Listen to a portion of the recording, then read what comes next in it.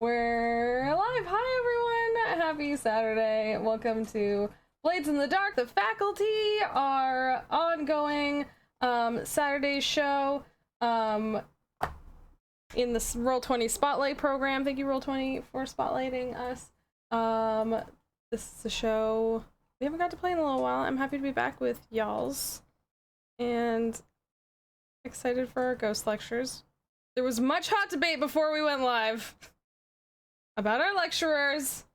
Hopefully we'll see. We'll see if it's settled. But I'm Jess, is my channel. Thank you so much for being here. I am playing Sahara today, the Whisper. Let's go around and say hi to everyone. Tell everyone who you are, what you're up to. Allison. Hi, I'm Allison, also known as Disco. I'm at _Discosaurus on Twitter. I play Tana, who is the Hound, which is sort of like a ranger type class. Tana is the groundskeeper of the university. So she's not quite like one of the nerds like the rest of this group is, but she is part of the faculty. And she has an adorable dog, an Akita named Tachi. Awesome. Next going around is Lauren. I thought I was muted, so I literally just unmuted myself before I literally just muted myself before I was about to talk. I'm glad I caught that. Hi, I'm Lauren. I am playing Magda Skova. She is the Slide. She is a doctoral candidate in spectral philosophy, researching the ethics of sparkcraft. Awesome. And next we have Basel. Hi, I'm Basel. I play Milan Karada. They're a sociology graduate. He's researching the effects of like this ghost scenario on society.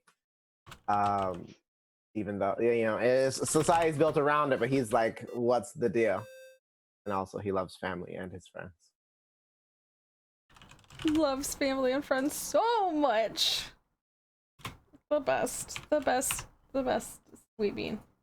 I'm sorry, that never like stops being one of my favorite things. And you introduced yourself, right, Jess? I did. It's your turn.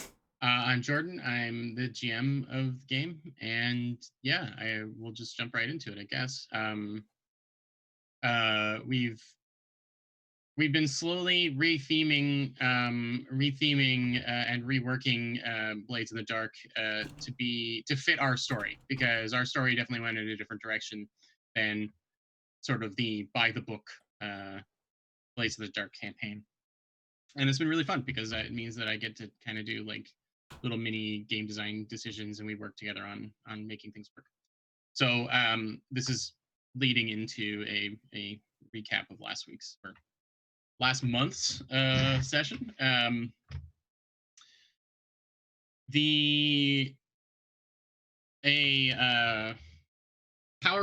Powerful and angry frenemy of Tana's returned in session 7, and session 8 was all about dealing with it. Sorry, that escaped me. Pasta was basically the Javert to Tana's Jean Valjean, and had been chasing Tana down from her old pirate days as the sole survivor of this pirate crew. And Castor rolled into port with a refurbished Leviathan Hunter vessel that turned pirate ship of her own, basically privateer, and came looking for Tana. An arrangement was made. Castor sent instructions to meet at a certain place to discuss it, but the crew decided to be proactive. The faculty decided to be proactive and blow up her boat instead. So plans were in motion. The engine of the ship was damaged in such a way that it kind of propelled it forward and crashed into the docks. As our crew kind of escaped in a rowboat off to the side. And when they got to the dock, Tana and the rest of the faculty discovered Costa standing on the dock, somewhat wounded, yelling orders onto her to her crew to flee the flaming ship that also had a rogue ghost rampaging all over the top decks. And so a showdown occurred, very dramatic showdown that ended with Tana being injured instead of killed by Costa, because Costa made a last-minute decision to shift her gun down to Tana's leg before running. It also introduced our first, in what Blades in the Dark calls trauma. When you get too much stress, when it builds up, when you have 9 stress, that 9 stress turns into a trauma, which is sort of like stress is stuff that you can relieve by doing various things, but trauma sticks with you for the rest of the game. Regular Blades of the Dark is a much more beat 'em up crime tale. Like, that's what it's designed around. Is, you're supposed to be getting into trouble and causing. Our game has become less like that. It's become a little more about exploration and role playing and stuff like that. And so trauma doesn't really fit. Doesn't really fit what we're going for. It's a bit uncomfortable of a concept when it comes to our version of the game. So we've decided to adapt. And as your stress fills up, you'll form complications. Your life will get more difficult or more complicated, and there will be things that are pulling you away from the storyline. Which, in the case of Tana, it's Costa. Costa is still alive. Costa is still an ongoing concern, and the stress has built up to the point where now Costa has become a complication in Tana's life. And so moving forward, we're going to use that instead. Stress is still a thing, still makes sense. But as far as the consequences of letting it go too far, is that your outside world starts pulling on you. And if you get too many complications, you have to kind of retire from the more adventurous part of your life. If anyone has any questions about that, hit me up on Twitter and we can talk more about the little decisions we've been making here and there to adapt the world. But that was an important one for us. Does anyone else have anything they want to say about that before we go forward? I just want to add on to it that, like, we have just been reflavoring the system, not because we think that the system is flawed or anything. It's just it doesn't work for what we are doing in this story, and it doesn't feel like comfortable for us as a group. It's actually a great credit to the system that all we really have to do is just rethink and rename, because the mechanics themselves are good storytelling mechanics, and the playbook, for example, that I made, the academics playbook, that is just the Shadow playbook that has been reflavored and altered and tweaked a little bit. The game is very adaptable, and we're definitely not changing it because we don't like it. We're just retheming it so that it fits our story. And I think that's important to do as a group, to figure out how to make the game yours, whether you're playing D&D, whether you're playing Powered by the Apocalypse game, or anything in between. We did downtime right at the end of last session, I think. So yeah, we're going to start up. There has been a lot of buzz as you have been building up to the first Geist lecturer at Charter Hall University. It seems as though the young members of the academic circles that you run in are very excited by this. In fact, a lot of them, the faculty has grown and your space in the university has grown, a lot of them have joined your side, but you have been up against a lot of stodgy resistance from the old guard in Charter Hall, and there have been a lot of politely worded letters sent to your offices asking you not to do it. All of them beginning with some flavor of, we respect all academic research, but we just want yours hidden behind in laboratories. We don't want you to go live with this. And a lot of like hand wringing over the dangers of exposing the populace to a ghost when walking down the street in Doskvol. It means exposing yourself to a ghost. Yeah, so those letters are starting to stack up. The one person who has not spoken to you is the dean of Charter Hall.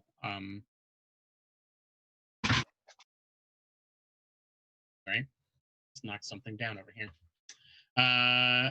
Yeah, you have not heard word from the dean, which is probably the reason you haven't been completely shut down in the first place. So what kind of preparations are going in? We have the you have the ghost podium built, and you have some choices as some collected ghosts from, who was the guy? Laudius Welker. He delivered way back in session 4, delivered 4 ghosts to you.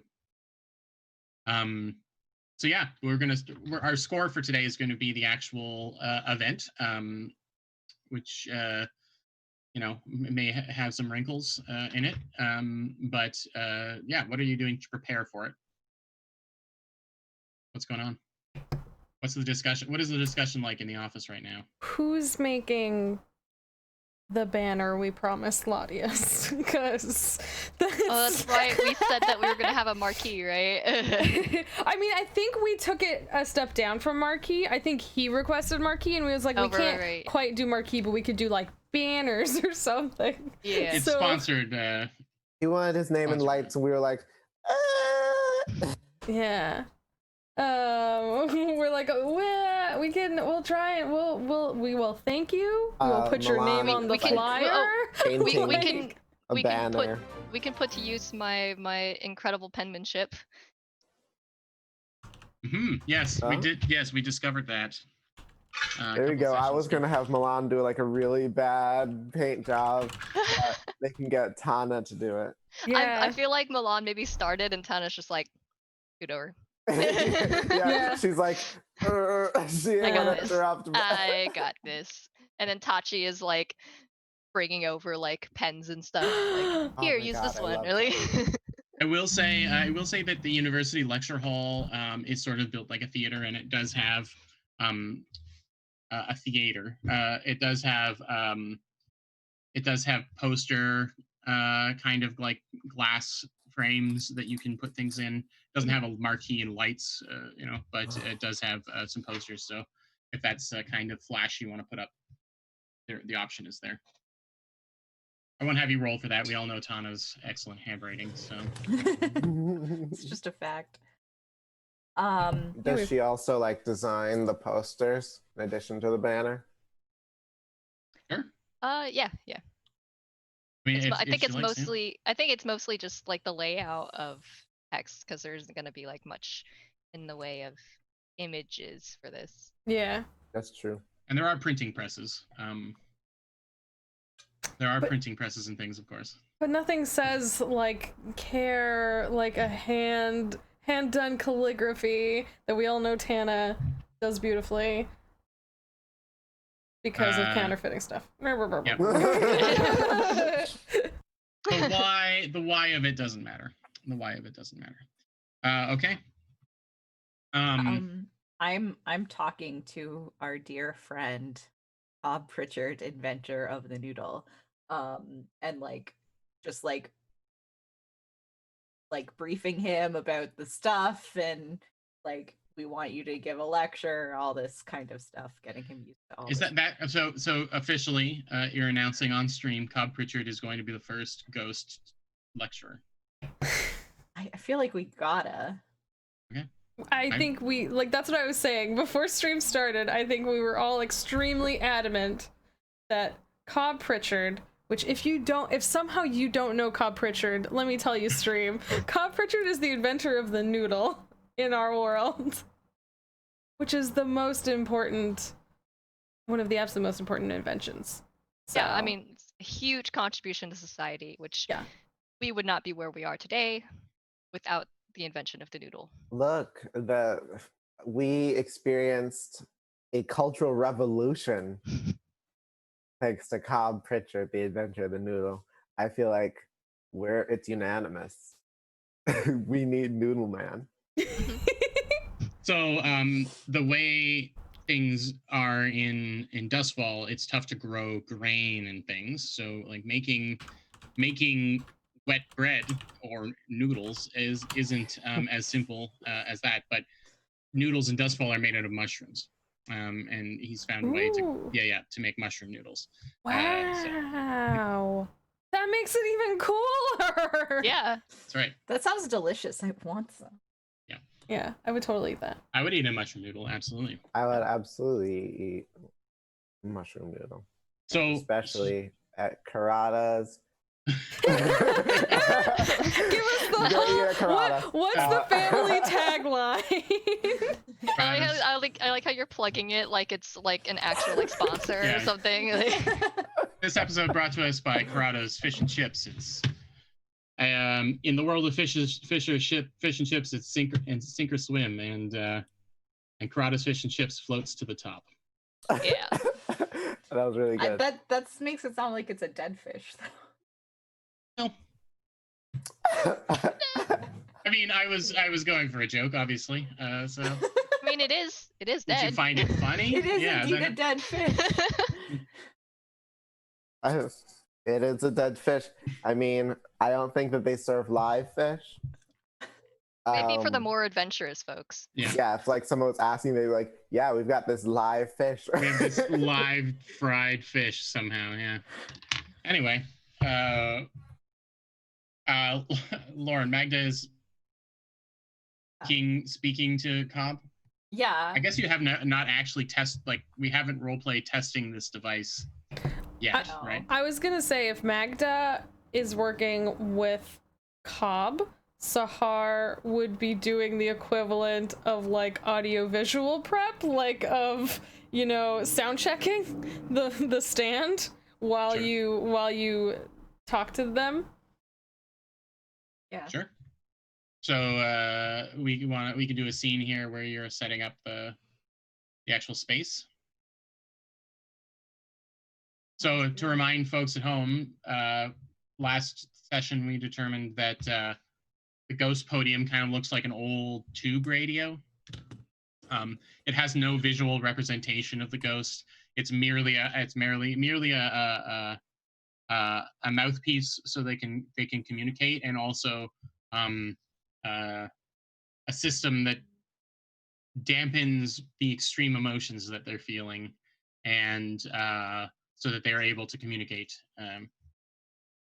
thoroughly. So that's what's sitting up on the front of the stage, is like I imagine it to be quite large, like old computers were quite large. So maybe it's like 7 foot tall wooden casing, very ornate wooden casing, respectfully designed. And in the back, there's a place to screw in the canister that contains the ghost, so that they can basically inhabit the machine temporarily. We've got like pipes and wires running from the. Yeah, the equivalent of coolant, to calm the ghost down, sort of runs through the whole machine, and the ghost basically haunts it for the time that it's in it. It possesses it. Is it emotions or pain? I thought it was like it hurts to be ghosted.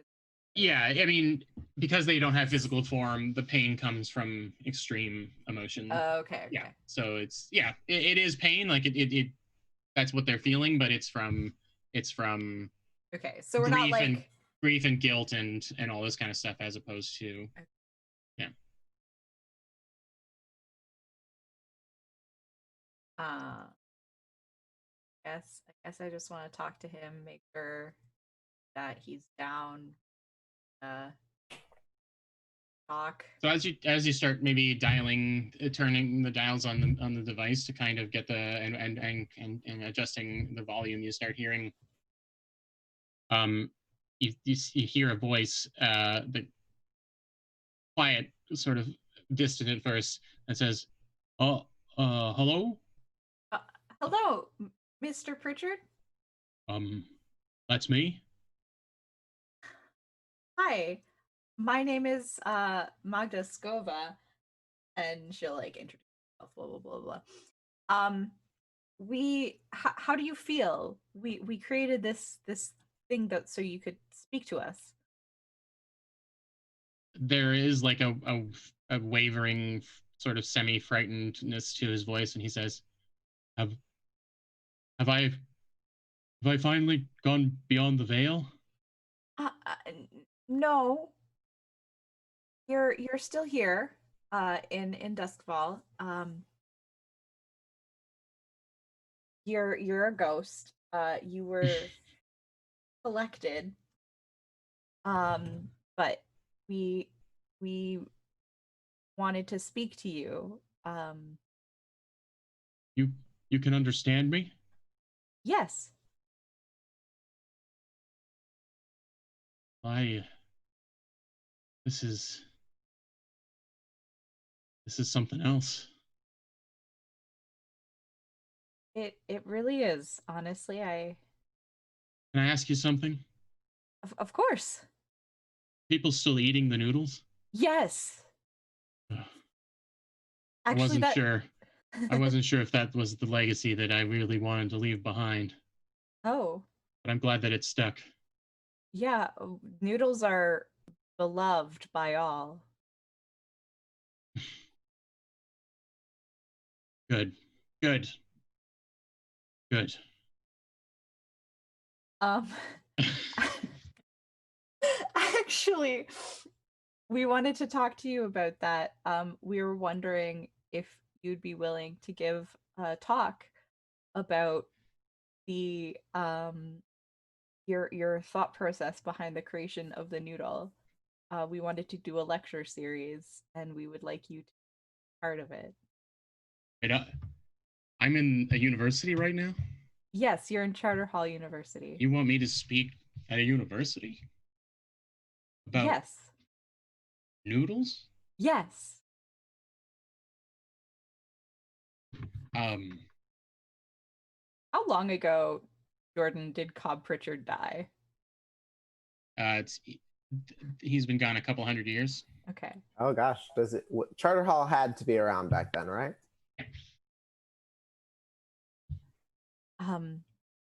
And obviously you've done a little bit of research, and Cobb Pritchard is the original inventor of the noodle, but it was sort of taken away from him in the ways that a lot of these things kind of go, like how McDonald's was taken away from the McDonald's brothers. Like, it was kind of that thing. It was humble beginnings, a farmer, a simple person who wanted to make a more palatable way to eat all the mushrooms you have to eat, and so when you live in Doskvol. And so yeah, he seems humble. That might be why. It's people have been eating your noodles for centuries. It's an important cultural institution, the noodle.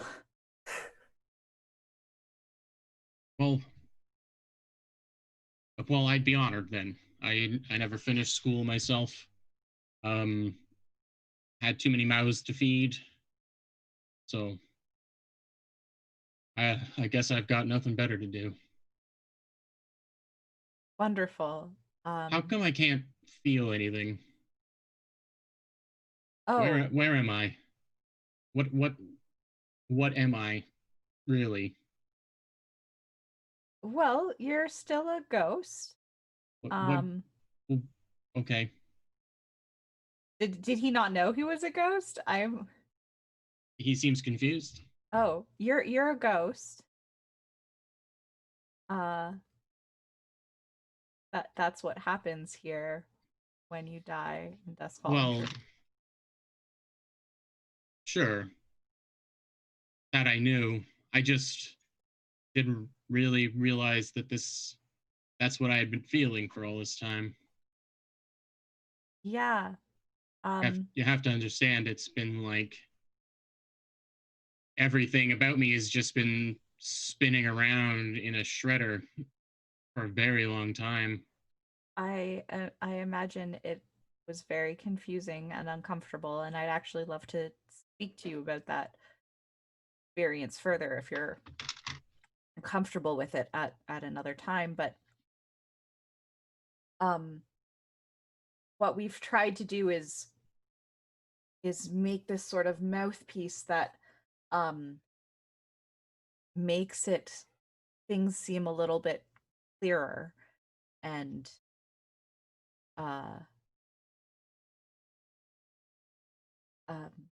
less painful. Is it less painful? Why, as far as what I would describe how I'm feeling, like I'm floating in clear water. Is it unpleasant? Oh, nice. I'm relaxed. Did we invent a ghost spa day? We'll have to keep working on this. Sorry, keep going. How do you put How do you put cucumbers on the eyes of a ghost? That's your next long-term project. Well, I'm glad. We wanted to make it easier to talk to you and for you to talk to us. Well, I'm. Milan is like out off screen, like sitting by, watching. Okay.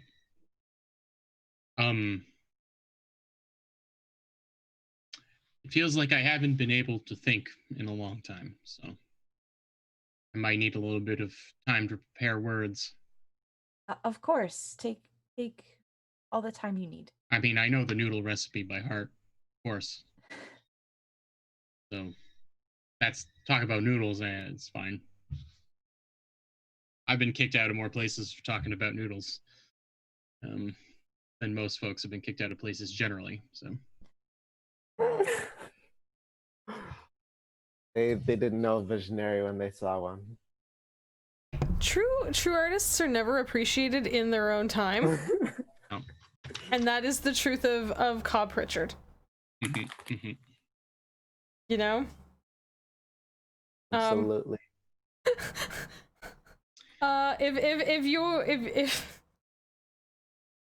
I feel like if you don't mind, Lauren, I feel like Sahara's just like tinkering the whole time you're doing this, and like when there's a pause in your conversation, just like, you Magda, can you ask them to just try speaking up a little bit? I just want to try something. Like Yes. So yeah. I don't know what else I want to say to the noodle man, honestly. Yeah. So I think Magda actually like excuses herself and is like looking very troubled. She like goes to like pour herself a cup of tea or something. Tana, Milan, you said you were nearby. Maybe is there gonna be someone who's sort of interviewing Cobb? Like, how do you want to do this? Are you gonna ask questions of him, or what's the plan? Milan, I haven't written down questions, but this entire time that I've been thinking that Milan would have been writing down questions. Right, okay. And I was going to, or Milan would go up to him and say, like, if he didn't mind, then they would be interviewing him for questions. Yes, like, are you asking like if like the panel? Yeah, is it going to be a panel? Gonna be like a moderator kind of thing, yeah. like? Yeah, or are you expecting Cobb to kind of just fill the time with his own story? we have to like prepare the audience, like hold all questions to the end, address them to us, and we will allow appropriate questions on to yeah, I mean, I was personally under the understanding that this was going to be a discussion with a ghost about being a ghost. but also, I mean, he's going to talk about noodles because that's what he loves. But are you also going to have questions about? Are you going to ask questions about the afterlife to him in front of the crowd? No. Yeah, I think Magda would do that separately. Like we would all do that somewhat separately. Because that's like very personal. Yeah. I think that stuff we would like. I think we're starting with a light Our first talk is like a bit lighter. Are you going to take questions from the audience? For dramatic purposes, that's interesting, but I understand if it's maybe I understand for if you don't want to, it's up to you. No. It would probably be inviting trouble. Like obviously, like just like anything where any regular person anything where you let people do, they ruin it. As soon as people show up, everything is ruined. Everything is ruined. I could see us saying like literally this is the first talk of its kind. We're keeping it light, no questions this time. In the future, should it go well? In my experience of any types of this sort of thing, like panels and lectures and whatever that I've attended, audience questions are never really all that productive. That's true. You know? They're very rarely productive. They're often, not to be a jerk, but they're often about the person who's asking them. Yeah, you have to do the like, this isn't about us, this isn't to tell a story, this is a question, we reserve the right to not answer, so like we could and like and like I'm not even like I mean obviously like in like in convention panels and stuff that happens a lot, but like even in like more serious types of panels, like very rarely do you get questions that are productive and like actually worth it. So a lot of people asking for autographs let's err on the side of not having audience question. I also like don't want to overwhelm or Cobb. He's a simple man, and this is his, and he's not even fully comprehensive of like why he's not in pain as a ghost anymore, so I think it's a lot. Are you all sort of here right now, presumably? Lauren, Magda was on their way out. Okay, so...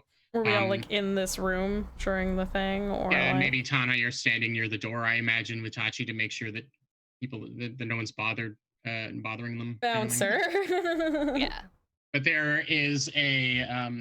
Magda, as you're leaving, and Tana, you turn, and you hear the... clicking of shoes coming down the hallway, and it's Hicks Stanfield, the reporter from the Doskvol Tribune. And did he bring Bessie with him? I slide kind of like in front of the doorway to kind of block his way. There's no Bessie, but there is a young woman with a daguerreotype camera behind him coming up.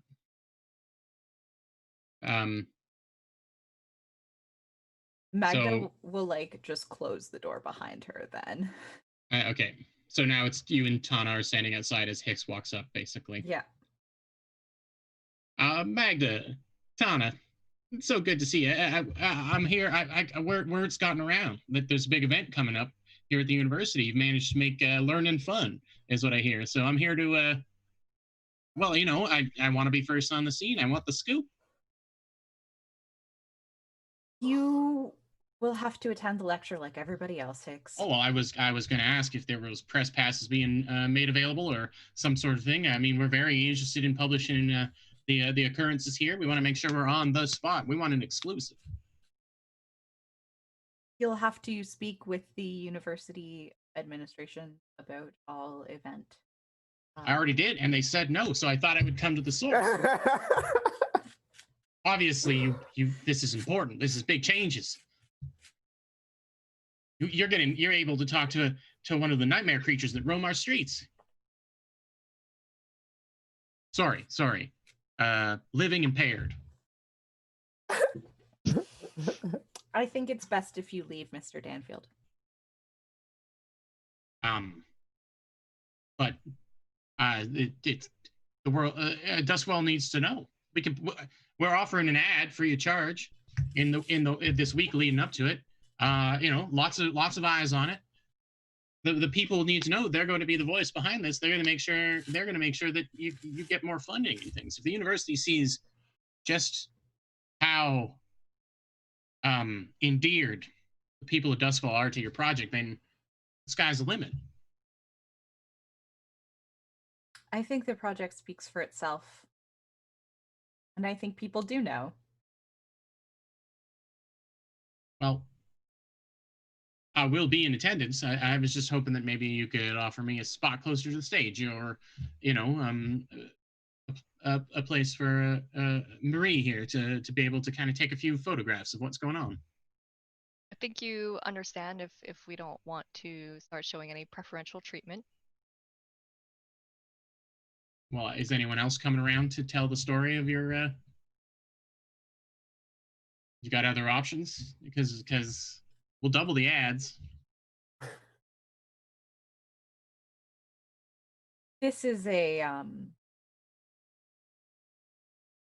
serious work of research, not a But you're putting posters form up of as though entertainment. it's some kind of theatrical review. Obviously, you want people to come. It's a discussion with a ghost Yes, to learn about their life experiences. with Bob Pritchard, the supposed inventor of the noodle. I see it on the poster. I see it on the poster. Yes. Is there a large academic movement to learn more about the processing of noodles? Surely there's someone else you could have spoken to that may be able to speak in depth. Who wouldn't be interested in hearing more about? Oh no, Tana's buttons have been pushed. Oh no, I understand. I mean, I don't recognize the name, but obviously you wouldn't have picked someone non-important. I just want to.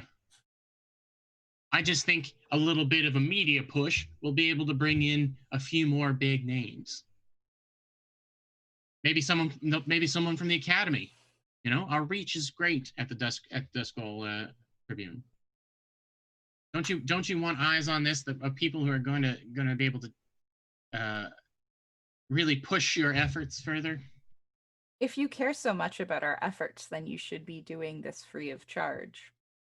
I'm not asking for anything. I just want to have a good place to be at the event. The advertising is free. You're doing me a favor. Well, I unfortunately am not the person selling the tickets. So if you want a better seat, you'll have to go purchase one. Well, I'm happy to put a little silver in the pocket of the right person, if it means I get the right seat. Absolutely. That would be the box office. Well, sure. The box office. I got you. And he starts like reaching for like a pouch on his pocket. No, Magda's gonna turn to the Tom. box office, and I put my hand on his shoulder and turn him towards where the box office is and kind of give him a little bit of a push. The box office. Yeah. You wouldn't have like a full-blown box office, but there would be like a front desk to this, Yeah. Where they would have Wherever they're selling tickets. Yeah, they'd have a little stack of parchment tickets behind the. All right. Well, Tachi gives him a little nudge. But I will be bringing Marie. I mean, we need pictures to go with the article. I'm afraid we don't know what the effects of photography would be on our subject. Well, then can we test it right now? And he starts to like. Absolutely not. Mr. Danfield, I think we've been more than kind to you. And I'd ask that you leave so that we can continue research. He kind of straightens up his vest and his tie and says, they've spoken. There, come on, Marie. We'll go find this front desk and we'll be there. We'll be there, but I guess we'll be sitting with the plebs. And he straightens things out and straightens himself out and turns on a heel and starts walking away. Right before he leaves, they go, "So how's Bessie, by the way?" She is she's fit as a fiddle. Thanks Good. for asking. I hope she stays that way. He his face kind of brows furrow, and he gives you a bit of a dagger stare and then turns to leave. And you see him like further down the hall hand some money to the student or whatever that's running the front and get a couple of tickets. Magda will turn to Tana and be like, we should make sure he allows photos in the space. Yeah, and for context, like the camera, the silver nitrate camera that's required to take a daguerreotype is like Marie was sweating under the weight of carrying it by herself. So it's not there's like no way people are gonna be able to smuggle. Yeah, no one's it. gonna like have a coat and like snap little pictures or anything like that. So you're unless there's an invention that that you've never heard of. Yeah. It also takes like a couple hours. they would get one picture over the whole thing. That would be very blurry. Yeah. So yeah. We don't need no flash photography in here. We believe it would be disruptive to What if it startles the ghosts? Do we know the effects of silver on a calm ghost? Yeah. It's no good on werewolves, so you can only wonder what it would do to ghosts. So, No worries about that. Tana and Tachi will be on it on the day of. Are you gonna be like patting down everyone as they enter? Like, let me see inside your bag. Like, No, let but me check. Tachi might do a little bit of sniffing. Like, Yeah, little sniffs. she could probably sniff out that kind of stuff. That's fair. Okay. So we're gonna say that you've got a few days leading up to to this. Maybe it's a weekend thing or something like that. Oh no, I think we might have lost Laura. Yeah, I think we did. I think sometimes she pops back in without disappearing. So yeah, hold out. hopefully she'll come right back. Womp. The next day there is a headline, page 6 or 7 in the Tribune. I don't like where this is going. Can I just say that really it doesn't vilify what you're doing, but really wraps it in conspiracy and mystery. The headline reads something like university academics holding mysterious conference with ghosts.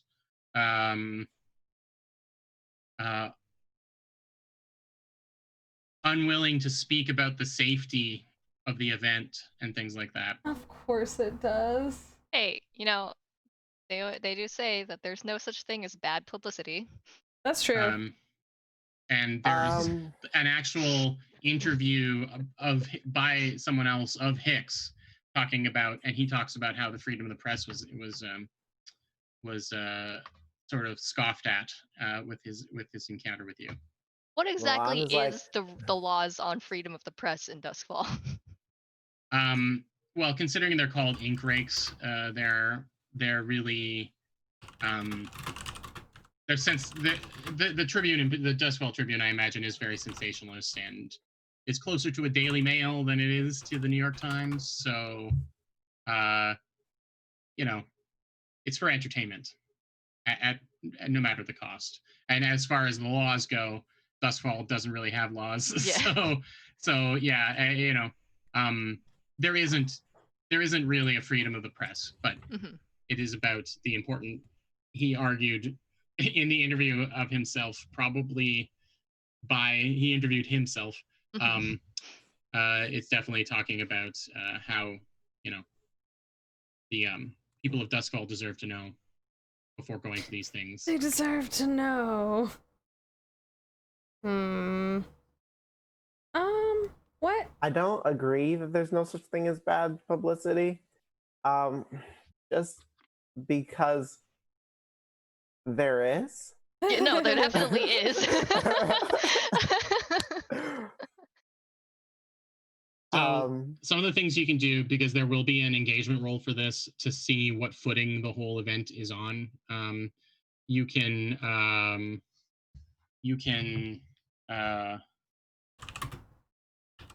sorry, my mom tried to phone me in the middle of this, so I need to tell her that I'm streaming. But Mom, I'm streaming. Mom! Yeah. That engagement role would be based on how prepared you are. I'm going to say that you're prepared for the actual discussion with the ghost. You've been working on that since day one. But you'll want to, maybe if you want to investigate if there are anybody that are really opposed to it, or if you want to try and get ahead of Hicks showing up to cause problems, like, this is your chance to do those things, to gather information about that stuff.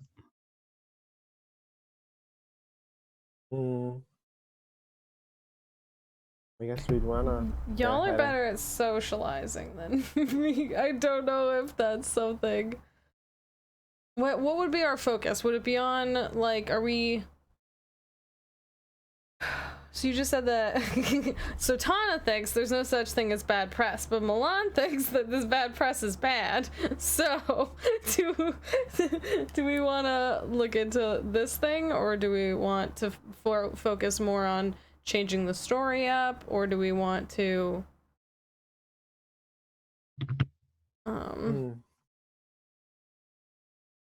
Yeah, because Tana's not super concerned about what some gossip magazine is saying about us. Like, she doesn't think that it's gonna really bring a type of negative attention that Hicks is hoping to bring to us. And if anything, that the type of people who are reading this might be more intrigued. Yeah, that's what I was gonna say too. Like, if anything, I think it might bring more people, because people will be like, Ghost, that's different. Like, people that already read sensationalist news will be interested in that. My only concern is that some of it will be like some annoying crowd, you know, some annoying what's the word I'm looking for? Visitors, ticket holders, less than great. Tana gotta beef up security, which just means that you and Tachi need to eat more beef jerky before.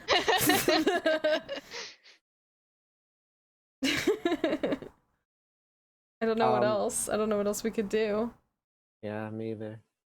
Yeah, my only concern would be, like, honestly, like, testing to make sure that nothing goes wrong with the tech. I don't want it to be the day of, someone does sneak in a camera, a photo is taken, then the ghost gets out and eats people. Like, that's... Is there something that Milan can do to get some people that he knows, like family members, you know, cousins, extended family, to also maybe, like, work under Hana as security? He's gonna float this idea.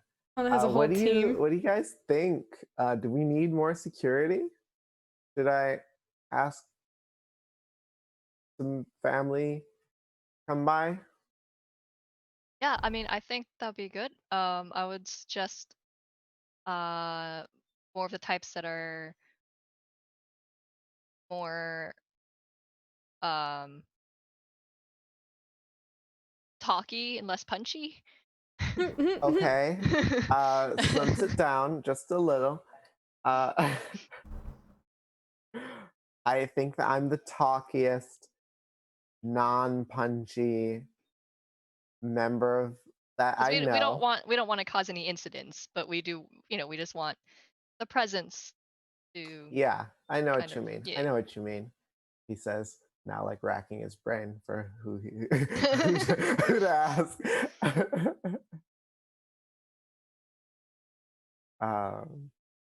So that's something he could do. I don't know if that would affect the engagement. It depends on how the recruiting of your family to protect this university thing goes. I mean, yeah, we can just say it works and then leave it to role playing when on the day of, or you can go and role play. I mean, they owe you a lot of favors, I'm sure. So. Do they?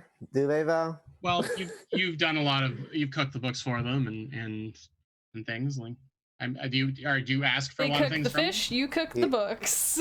He does not ask for favors, but I think that, well, that's true. It would, I guess, it would be something like in the lines of owing favors, but it's like he does that because he's family or whatever. They expect him to. It's not. He's not like doing it on favors. And also, so I guess he doesn't ask for favors. So I think that it would be like, wow, Milan, you never ask for favors. This voice that just came out is very good. Like I think like what we're looking for here is more like of an usher type of presence as opposed to. Yeah, I was thinking the same thing. I think it like we're looking for people who know how to shush people, show them the exits if they need to, and like calmly and safely, please step in. Now calmly and safely, please step out. The Karadas know how to get someone out of a building. I'm sure that's on their list of skills. Okay. Well, yeah, I'm sure they've dealt with like, there's some like bartender types. Yeah. Or like hostess. Exactly. Difference between a bouncer and an usher is a vest. It's just a vest. That's the difference. Yeah, it's about the de-escalation and how to like he'll try the problem. He'll try to contact his like most sensitive family members, like an auntie here, a cousin there. I don't know. I want one of the bouncers to be an auntie. Oh my god, that would be that's like the best though, because like the best types of like ushers and stuff are like the ones who like just make you feel guilty about breaking rules. Yeah. You want the ones that just give you the look and everyone shushes. Yeah. Do you have any expert shushers in your family? Because that. Oh yeah, all of the women in his family. That is the perfect. Well, we'll see that he'll show up and they'll be like, "Oh, little Milan, I want this scene. I want the scene of it just being. Well, okay. Give me a consort roll to see how well. Yeah, because I was just thinking that he wants to get people who are like more sensitive, a little gentler. Whether or not he does would be another thing in general. Is anyone going to help? Anyone want to go with him? Milan looks pleadingly. I mean, Magda will go. Yeah, they like you. They like you. Hana's also another Dagger Isles. It's true. Yeah. That's true. What kind of role would this be? Well, that's up to you, technically. I think it falls in the consort. Do we go No, I mean, like, yes, it would be a consort. Oh, no, you can just roll. You're going to just roll straight. Don't worry about, you can just do it as a fortune roll. I was just thinking that he wants to get those sensitive types, but he would go, like, when there were people there, like at the restaurant, or he'd go over somebody's house and there'd be lots of people there. Other people might step in. So I don't know if, like, that would be that would offset his role. Right, yeah, I see what you're saying. Yeah, but we're not going to do big consequences here, but they're okay. The depending on how you roll, it's the type of people that say yes to help. Do I get a bonus die? If Tana or Magda is going with you, then yeah. I mean, you get one bonus die, but everyone can go if you want. Yeah. So. I mean, I think I'll go because like they'll be kind of like working under me anyway, and. Yeah, you gotta pick out who you want. And you speak that punch, the language of punching. So. Okay, a 4. You.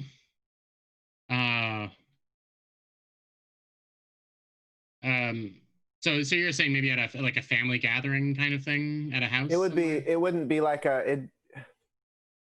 so I don't know like I know with my family, it's like you go over somebody's house and there just so happens to be cousin, like you go over your aunt's house. Sure. It just so happens to It's be not. There cousins isn't a and- specific party. It's Yes, just yes, yeah, yes. yeah. The family is so big that they can't help being around all the time. Exactly. So when you And get in there, some of the houses, there's like 3 generations in one house already. so we talked about your mom. Have we talked about your dad? We haven't. Okay, but he's around, right? Yeah. Okay. Mom is the cook. Dad is like he bartends. He Right. like talks to the people. And your mom is the head of the family, right? Basically. Yes. Okay. So when you get to this, when you go over there, you sigh because there is evidence that there's probably at least 40 people shoved into this house right now. In down where they live in the docks, near the docks, and when you go in, your dad is hanging up a framed daguerreotype of the poster from outside of the outside of the hall. Mm-hmm. He's like making a big deal about it to everybody, and he's like, my son, I don't really understand what it's about. And he's like, then he looks over to you, Milan. He's like, he's here. Try and explain just how important this is. Hey, Dad. Yeah, guys. Me and listen to him. my colleagues and I, we found a way to make life less. You gotta dumb it down. What's a colleague, son? My friends at work and I, we found a way to make ghosts not angry. Right. When you say that, there's like this confused hush across the crowd. Oh, sorry. Ghosts are violent because they're angry. And we want to be able to find out what that's like for ghosts. We know what it's like for us. And it's major. It's a breakthrough, a scientific like phenomenon. This is like the world hasn't seen anything like this, guys. Your dad leans over towards you and he says, but you're saying it's good, right? Yes. This could mean he just like grabs your shoulder and pulls you in and he says, what he's saying is it's good. And then everyone like cheers. And meanwhile, your mom is like trying to spoon some kind of stew into Tana's mouth. And I'm like, she came over with a bowl. Yeah. Like, all right. Yeah, it's like some kind of traditional Dagger Isles stew that they. She's like, you gotta taste this. You don't serve your mom. Well, like a chowder or something. Especially if they know you're from there too. Mm-hmm. They're like, this is. Exactly. When was the last time you had a real Dagger Isles? Yeah. Exactly. There's no way you're getting this at the school. It's one of those things. It's one of those things that they don't serve in that restaurant because it's too Dagger Isles for the average person. Maybe it's spicy. Maybe it's like it's very strong flavor or very strong fish flavor. Something This is where they're eating the raw fish. Yeah, it's got a live fish flapping in it. You don't find this anywhere else. You pluck the eyeballs straight out. For some reason, no one wants this. Hang on. My dad, I've said this before, my dad is from an island and eats live things out of the ocean, so I can confirm there are certain things, either limpets or like some types of crustacean. It's not uncommon to eat live. Like, yeah, I guess there's so maybe it's like a crab soup, but too, some of it is cooked and some of it is like live. I love it. Something. And it's too much for the average Doskvol person. So Milan, you can quickly make your plea for help here, and we'll. We need some. So he goes over. He like shuffles like after the introduction, kind of shuffles over to his aunt, his mom's sister, And it's like people from like his dad and his mom's side are here. Right. Yeah. He goes over to like his mom's sister. He's like, yeah, so we need. She like grabs onto your face and is like, "We're so proud of you, but we don't understand what you're doing, but we're so proud." Well, thank you. It's I like that. appreciate it. It's like that meme of like, Are you winning, son? yeah, it's like I don't understand what's going on, but I hope you're happy. Yeah, exactly. Yes. This is coming from a place of experience because you know, no one in my family, my mom or you know my aunts and uncles understand what D&D really is or anything like that. So when I'm trying to present the victories in my life to them, they're like, "That's great. You work with dragons. That's really cool." But they don't really like have any concept, and it's very much like, you know, is it good to what you do? Then that's good. You know, so I'm definitely trying to channel some of this. No, it comes through. Yeah. Milan's like, hey, do you know if any of the cousins would want to, like, there's going to be a lot of people at the university and we need some She's like, you need some heavies. Ushers. Ushers? Just, you know, to sort of like corral the people a bit. I mean, they're gonna want to do whatever they can to help. But you know, you're gonna make them wear monkey suits. I look at Tana. Is there a uniform? I imagine that the university might want to put us in something that looks more presentable. Yes, there will be monkey suits, but it's not. It's no. I'm sure it's no big deal. They're gonna look sharp, Auntie. It's more just you're gonna have a hard time getting them to button up their shirts, and you know, like obviously we'll limit what we bring to blades. You know, no heavy munitions. But yeah, of course. I'll talk to my boys. I'll talk to your brothers. We could do this for sure. Yeah, the karate family outing. Yeah. Anything. I mean, we've been struggling to figure out how to really show support for what you're doing because, I mean, you're the first one of us that kind of, well, you know, just like kind of got out of it a little bit. Oh, so he's like, you know, not that we ain't proud about what we do. You know, business is good, obviously, and it's the road we went down. But you know, you got a brain on your shoulders. That's, you know, it means a lot. He like gives her a hug. Yeah, we'll be there. Just tell me how many.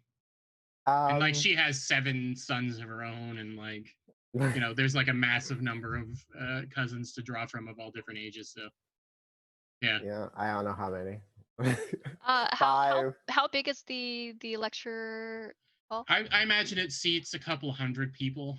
Okay. And it's maybe got 1 double door entrance and 2 single door entrances. So there'd be 3 entrances that were kind of be monitored. Mm-hmm. The double doors. Oh, and then of course back there's like a small stage and the back area. Mm-hmm. So depending on where you want people standing. Mm-hmm. Yeah, I think maybe like 10 good. Be a good spread around. Yeah, no problem.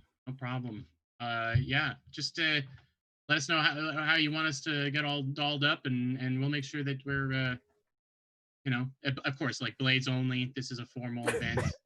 We understand, and we'll keep them hidden. Yeah. Yes, please.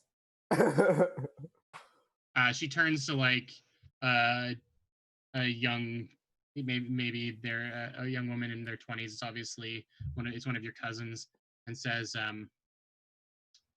she kind of like slaps them upside the back of the head and says, "You want to work for a day?" And then just like going around like grabbing ears and like collecting people and just sort of dragging them all into one place. So what I'm going to say with a 4, it's uncertain as to exactly who is going to be showing up on the day of. It's going to be Karatas, but yeah, you know, the state of things is a bit uncertain. That's okay. But I think Tana can handle it.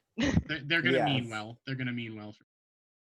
I'd like to jump back to the university now, and I don't know where Sahar and Magda might be chatting, but yeah, I imagine still in the thing, like still working on the yeah, it makes podium, or sense. did we It go to makes sense take, you'd still be there. or did we go to take a break? I think It's a day later from that too, right? So Yeah. it's, Yeah, up to there's you. still work to be. There's still tinkering yeah. to tinker. There's I'm always asking. tinkering to tinker. I think after like Magda talked to Cobb, she's been kind of like spending less time in the lecture hall or wherever they're preparing, and is Oh. like kind of spending more time on herself or like by herself. Like back in the room. So maybe if I came, like maybe like Sahar comes back, like has been very, very focused, and maybe like kind of missed this, has been kind of focused on like working on the thing, didn't notice until she comes back into the room to get some stuff, and kind of does that double take of like noticing you're in there, and just checking in, like, oh hey, you're in here. Yeah. Is everything okay? Did I miss something? No, everything's fine. Is Cobb okay? As far as I know, yes. I mean, I don't think I've spoken to him quite as much as you had, but every time I spoke to him, the interaction is pleasant, and I just quickly ask, do you presumably you don't keep his ears open all the time? Like you, as in, Yeah. well, yeah, I think we let him like rest. do you take him out of the thing? Do you take him out of the thing? Well, because only he needs time to think, right? Yeah. So. Yeah. So only like we have a holding spot that's comfortable, right? So Yeah, you have a smaller, safer thing that is you would keep somewhere safe. I imagine you won't leave him out in. No. No, I like in our private offices we have like a little setup of what we've come to make that like isn't as nice as the podium, but it's just a small like non-pain why do I want to say unpain inducing? That's not what I want to say. Like little comfort stand, Pain a little reducing. Pain reducing. Thank you. Pain uninducing. I had to go the most roundabout way to say that. Yeah. Okay, but he's so probably not here right now while you're. Yeah. Okay. Yeah. Okay, just wanted to clarify there. Yeah. And so Magda was asking you about how Cobb was doing. Yeah. Well, you know, I put him back in so that he could rest. But every time I've put him in to the podium, he seems pleasant and you know, less upset than one would be outside of the podium. Good.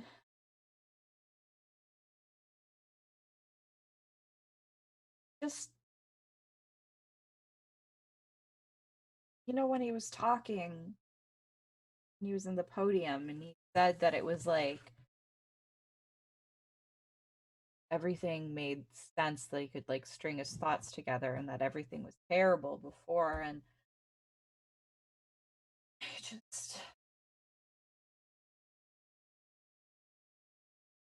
I know we just finished this, but I think we need to can't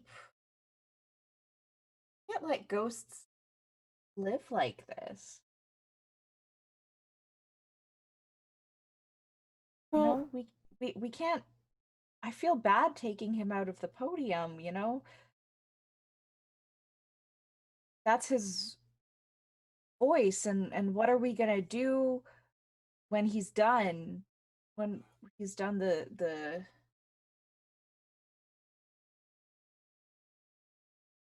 just feel bad about taking away, giving these ghosts a voice and then taking it away, and then, you know, potentially making their lives painful again, you know? Like, what? That seems cruel. Well, I think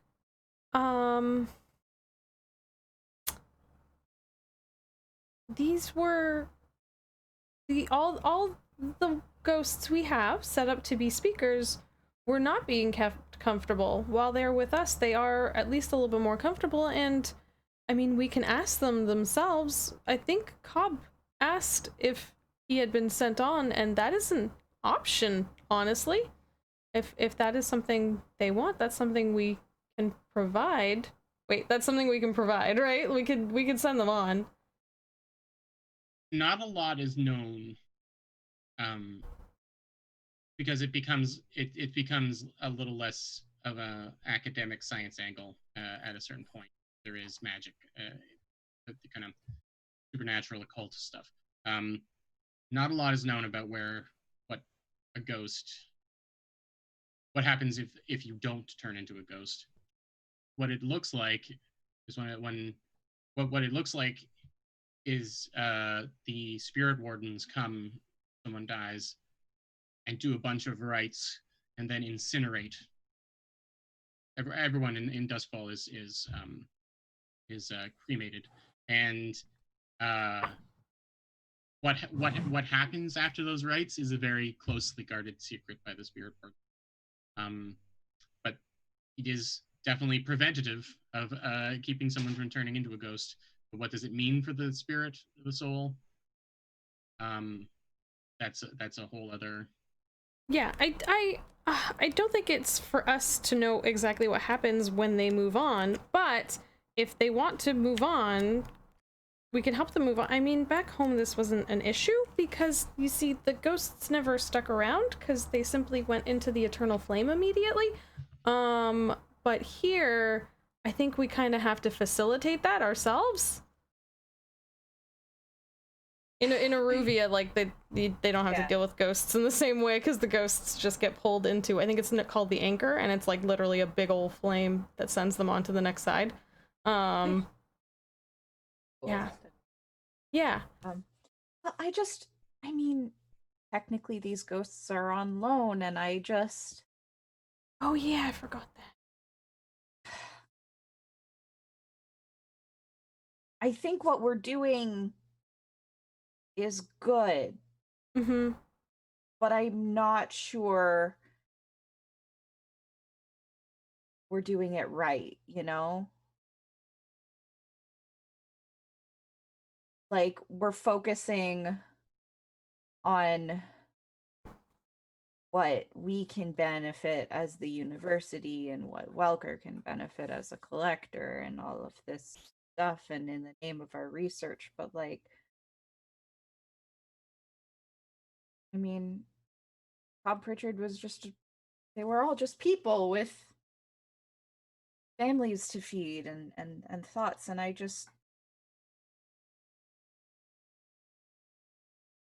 don't know what to do. I think we need to. I don't think we can take away their voice or put them in pain again. I think we have to keep them, or at least give them a choice. We can definitely start talking about and planning for next steps. I think that's a great plan and something we should absolutely be doing. I think, we should acknowledge that this is better. It's not the best. It's absolutely not the best. It's not the best solution at all, but it is better. And, Cobb sounded like he hadn't been that comfortable and coherent in a long time. So that is something that's good, but it's, like you said, it's not an end. It's not a perfect end solution. There's still next steps we need to take. And obviously that's a little more, well, that's a bit more difficult when someone wants these people back. But perhaps we can start figuring out what it's gonna take to help them move on. At this point, there's a kind of a knock at the door, and the Dean Templeton is standing there. She is a tall, elegant-looking woman from the Dagger Isles. She doesn't spend a lot of time sort of on university grounds. Basically, she is the first line of defense from the city to keep the university open and running and relevant. And so you would have met her maybe once or twice, but she isn't involved in day-to-day things. You don't know how long she's been standing there. So you don't know how much of this conversation she's heard. He says, I just came down to see if there was anything else you're going to need. Dean. No, I think. I'm sorry if I interrupted. No, it's all right. I appreciate you coming down to talk to us. She's gesticulating with one hand, but you can see that she's holding a folded up newspaper in her other hand. Is something wrong? Or like, Magda will like gesture to the news. Oh, well, this rag definitely has its opinions of academia. I don't agree with many of them. Oh, is this where the bad journalist? Yeah, she's holding a copy of the Tribune. Okay. Oh, yes. Like Stanfield's article from the Ink Rakes. He just wanted to sensationalize? We wouldn't give him access to our research, and so he decided to throw a fit. Oh. I'm not concerned about Nick Stanfield. I am sure that those willing to understand what you're doing will understand. There will always be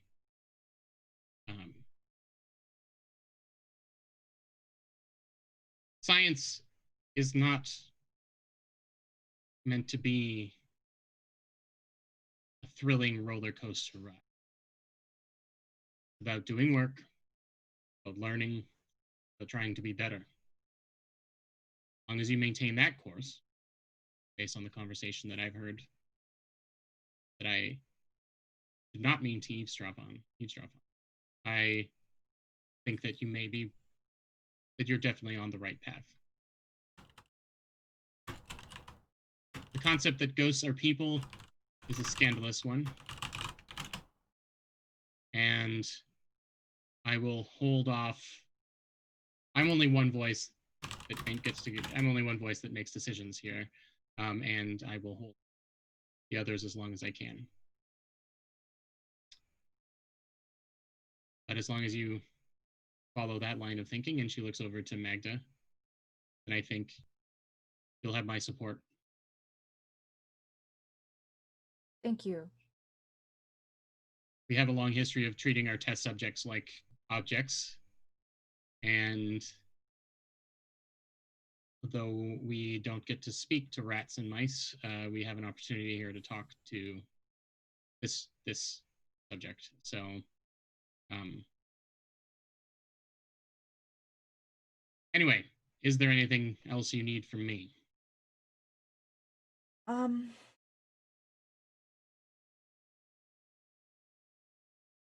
Maybe just I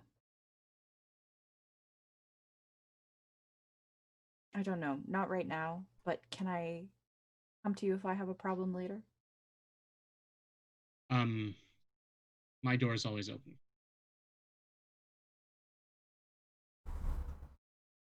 I'm proud that this research is being done here. If it was being done at Doskvol Academy, it would be so mishandled by now that I imagine the whole building would be up in smoke.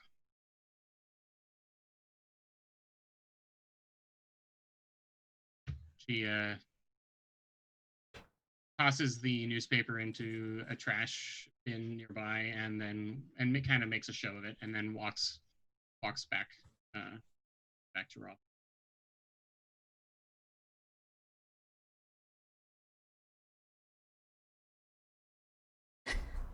That went better than I expected. Yeah. Good to know the dean's on our side about this. Yes. And I mean, we can... I think that's going to be a bit of a process, but we can definitely start thinking of what it's going to take to help more people. Yeah. As long as... In the meantime, though, I don't think you should feel bad.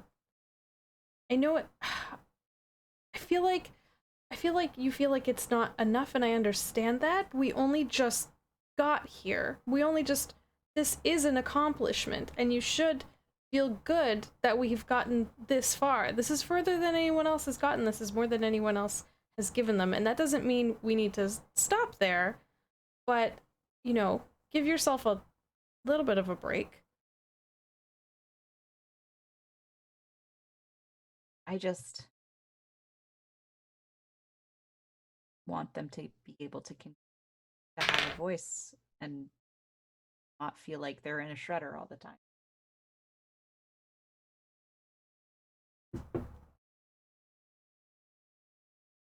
Maybe a good time to take our halftime break? Yeah. Okay. Mm-hmm. All right. Thank you, everybody, for watching so far. We'll be back in 5 to 10, something like that. Yeah. And yeah, see you soon. Thanks for watching. Hi everyone, how's it going? Hope you had a good break. I just realized I never did the break command. I hope you did a stretch, got some water, take care of you, and now we're back for ghost times. Always ghost times. Let's go. Where we left off was a conversation between Magda and Sahar and Dean Templeton about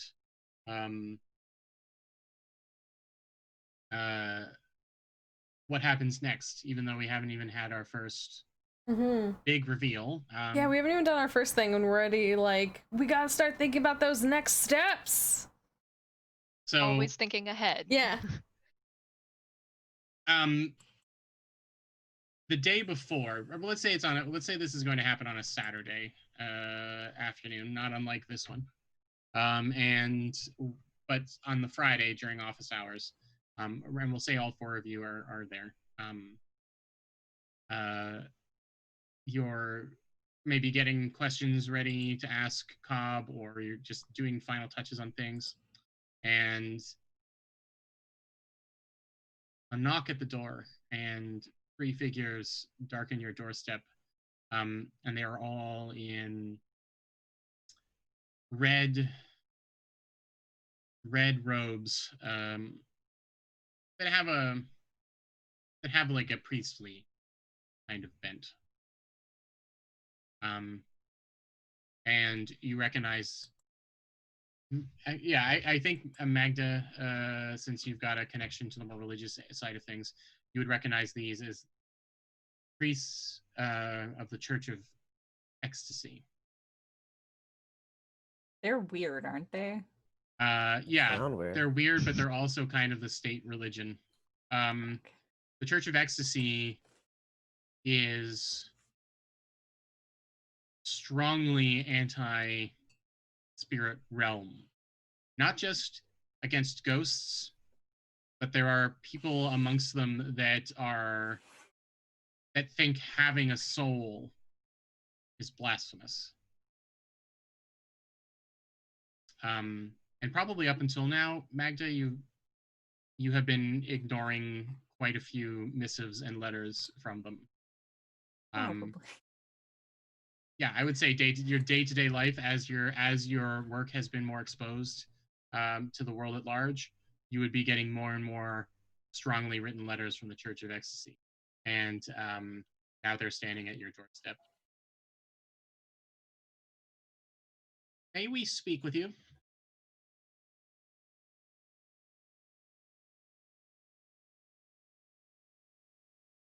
I don't want to interrupt your very important work, but I am very interested in discussing some matters of your upcoming event. Did we lose Lauren? Oh, we did. I thought she No. was just sitting calmly. No. We were chatting all together. She's giving before. like she's like, you know when you play a video game with like chat options and one of them is just say nothing. Yeah, this is the dot. Yeah. Yeah, this is the say nothing option. I feel weird not waiting for her. Okay. So we're all here as they arrive, like it's Yeah. Then they just said they want to speak with us. I don't think I know the priest from the Church of Ecstasy. Can I do a roll to see what I know now? What are the I said this in the chat, but like I like this reminds me of something that's in Planescape Torment. It's been a while since I played it, so like, but like I feel like there was something that's similar there. Yeah, well, I mean, Planescape has a million factions. Yeah. But yeah, you're right. I'd have to look it up. Lauren, you're back with us? Hi, I'm sorry. It's okay. It's okay. It's like, because like your character like would like return from the dead like every time you die. It's like I think there was like a group that was like about like that they want to die and like not have a soul or something like that. Like yeah. Oh, that's spooky. No. Sounds terrifying. Yeah, I don't know about that. Well, I think, are they like outside of the school right now? Like, did they catch us like while we were walking between? I was gonna say I was gonna have it happen on your turf if you want, like where you're in your office or. I don't want to invite them into our office. Yeah, I don't want them in my office. Well, but it's about where. I mean. Where would we be like in the courtyard?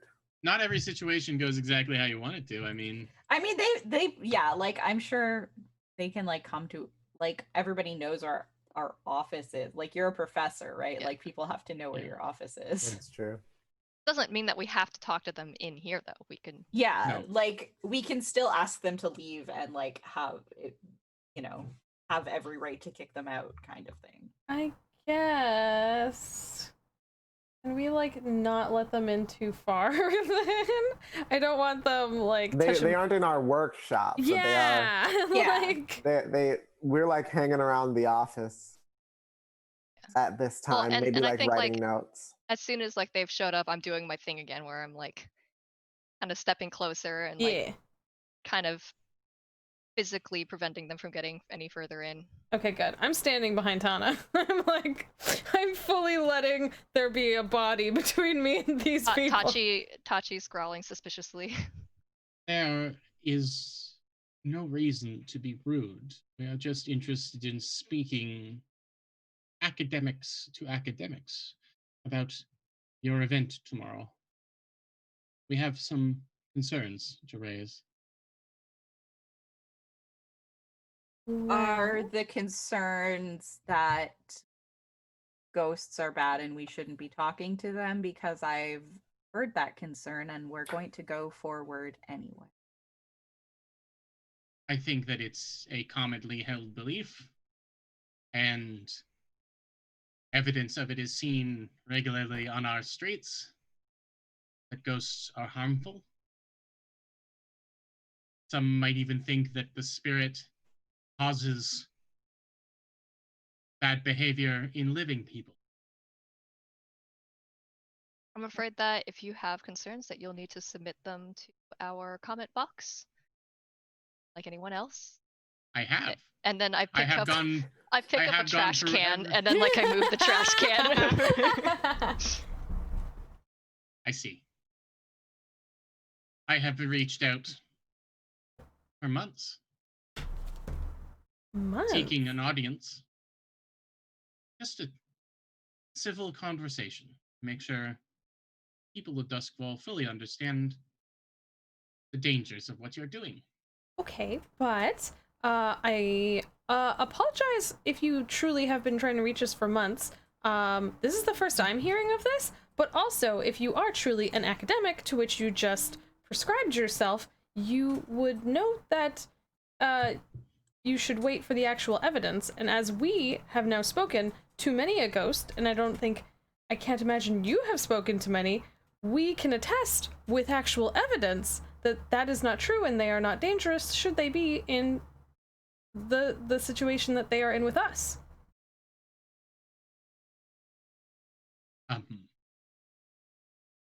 So if you why don't you wait until after the talk happens and you will see when nothing bad happens that is concrete evidence that all is well and fine. I will certainly be in attendance. Our tickets are purchased, but I'm disappointed to hear that you like to do things based on fact. That you don't. That's even unfortunate. Wish to compare notes. My understanding was this is a university environment. Collaboration was part and parcel with moving in this realm. I will be happy to compare notes to you once my work is published. If you have any published work that I can look at in the meantime, I'd be happy to.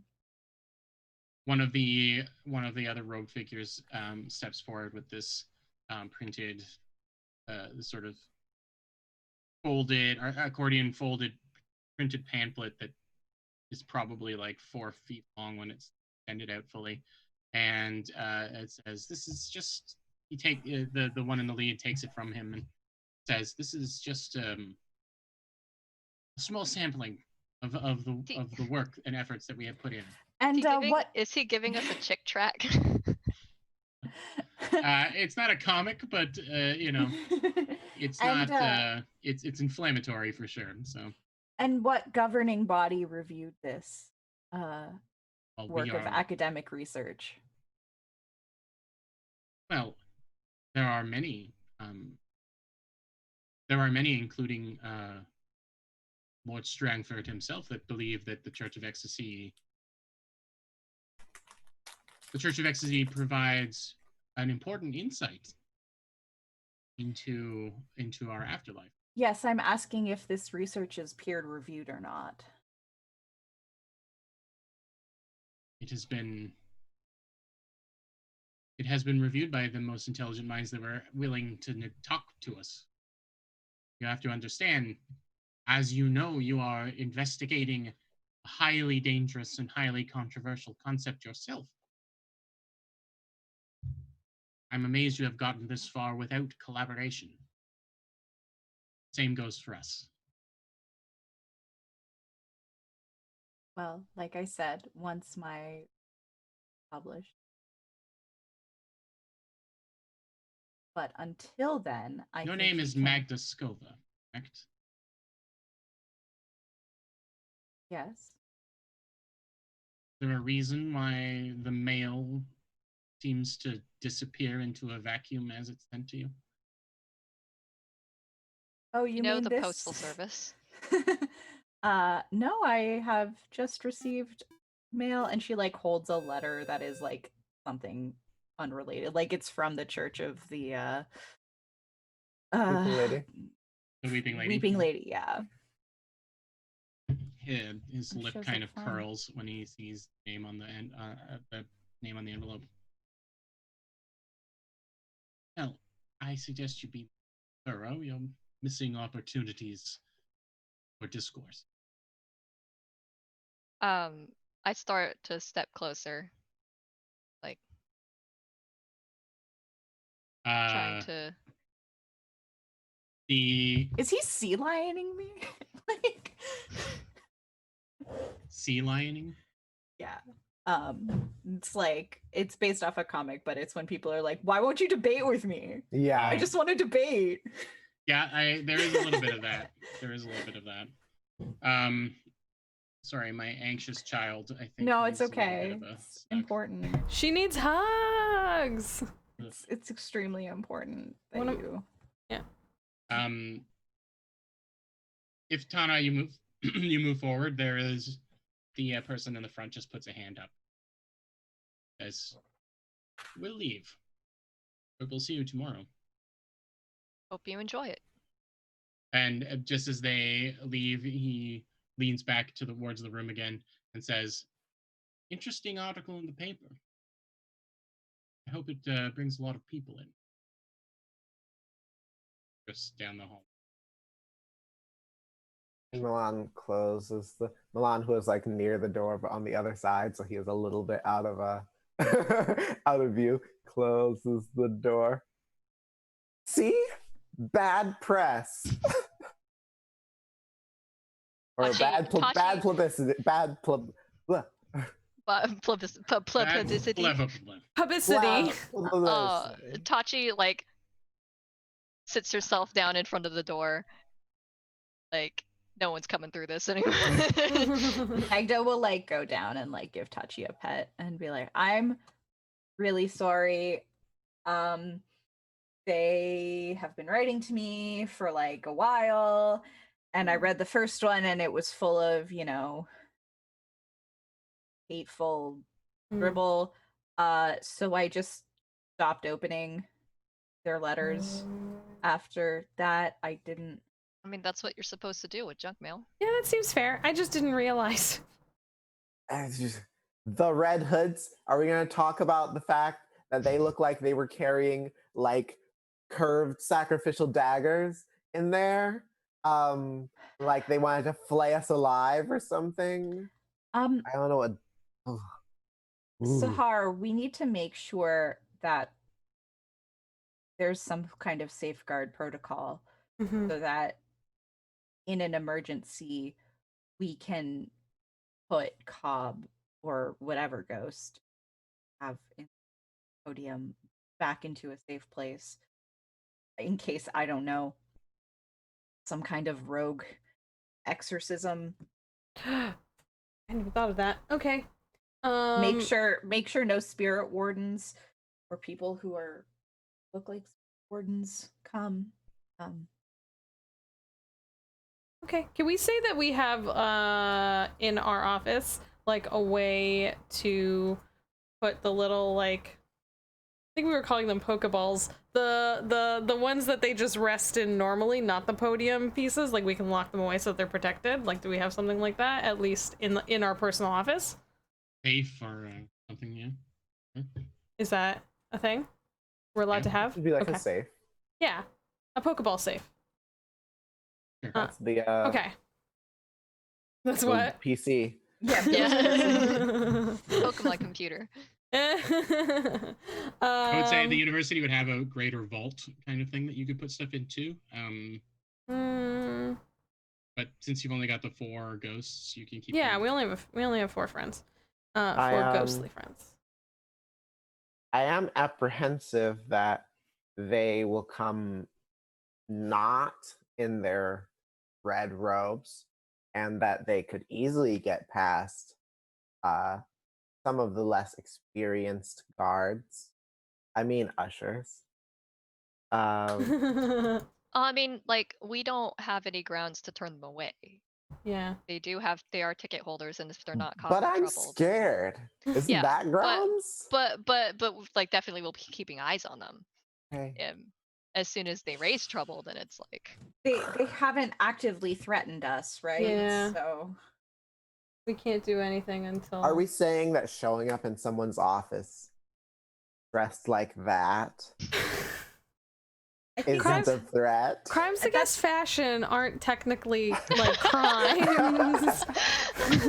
I understand. It's distressing, but I'm pretty sure that's just the way they dress, though. I don't know. Scary. I don't ever like seeing them on the street. I never expected to see them here, and I like talking to him. I think I should. Maybe we can talk to Mother Naria. Oh, got a weeping lady presence. I mean, not that we do anything, but just to know. Maybe they have Church of the. They didn't seem to like. Your experience with it is that the Church of the Weeping Lady isn't quite. It's more of a community outreach than it is a full blown religion. Yeah, they don't and really so, like accept us. Yeah, there isn't a lot of the spirit. I mean, there is spiritual side to the Weeping Lady, but not in the actual, ghosts spirit side of things. Yeah. Weeping Lady is about taking care of people in the immediate, not worrying about the afterlife as much. So, it's, certainly they would know how to handle a crowd of people. Well, yeah, it was just kind of like if they had any experience dealing with people of the Church of the Ecstasy and like what to look out for, and Like if they have any tips on how to handle them. Yeah. You want to go and ask? Either that or like we gotta protect my concern priority is protecting the ghost. If you want to go talk to the members of the Weeping Lady, I can stay here and try and work on the ghost podium. If we want to do 2 and 2. Yeah. Either that or like we don't really have any connections that are like find out what the spirit wardens do, or like maybe try and make contact with the Reconciled. Oh yeah, the Reconciled. They like us. And they're clearly pro-ghost, as we suspect they are ghosts. Didn't they write us a letter and we're like, let's talk. I think it's a good time to talk. Yeah, that's a great idea, I think. So we're kind of getting close to 5 o'clock, and what I want to propose is maybe so let's role play more of this stuff, because obviously this is going to be very important for how it all builds up to this, and then maybe our next episode is the actual event, because it seems like it might be a little bigger than that. I think that makes sense. If everyone's cool with that, then yeah, let's definitely. I mean, how long has the Church of Ecstasy been sitting there? It's a few episodes now. So yeah, okay. How are you going about figuring out where they are? Because you really only have that the name of their organization and the letter. What exactly did the letter say besides? We are appreciative of the work you're doing for our people. Something like that. Yeah. Not a lot. Cool.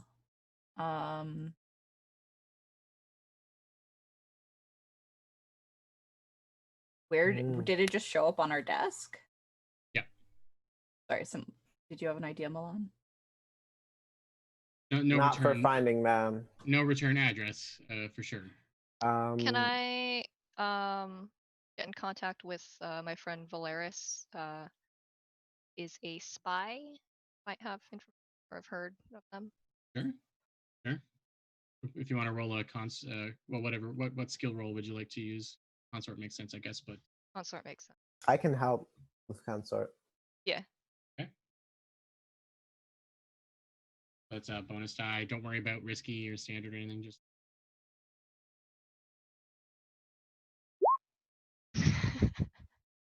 Wait, did you didn't roll did you roll a bonus die? That is with the bonus die, yes.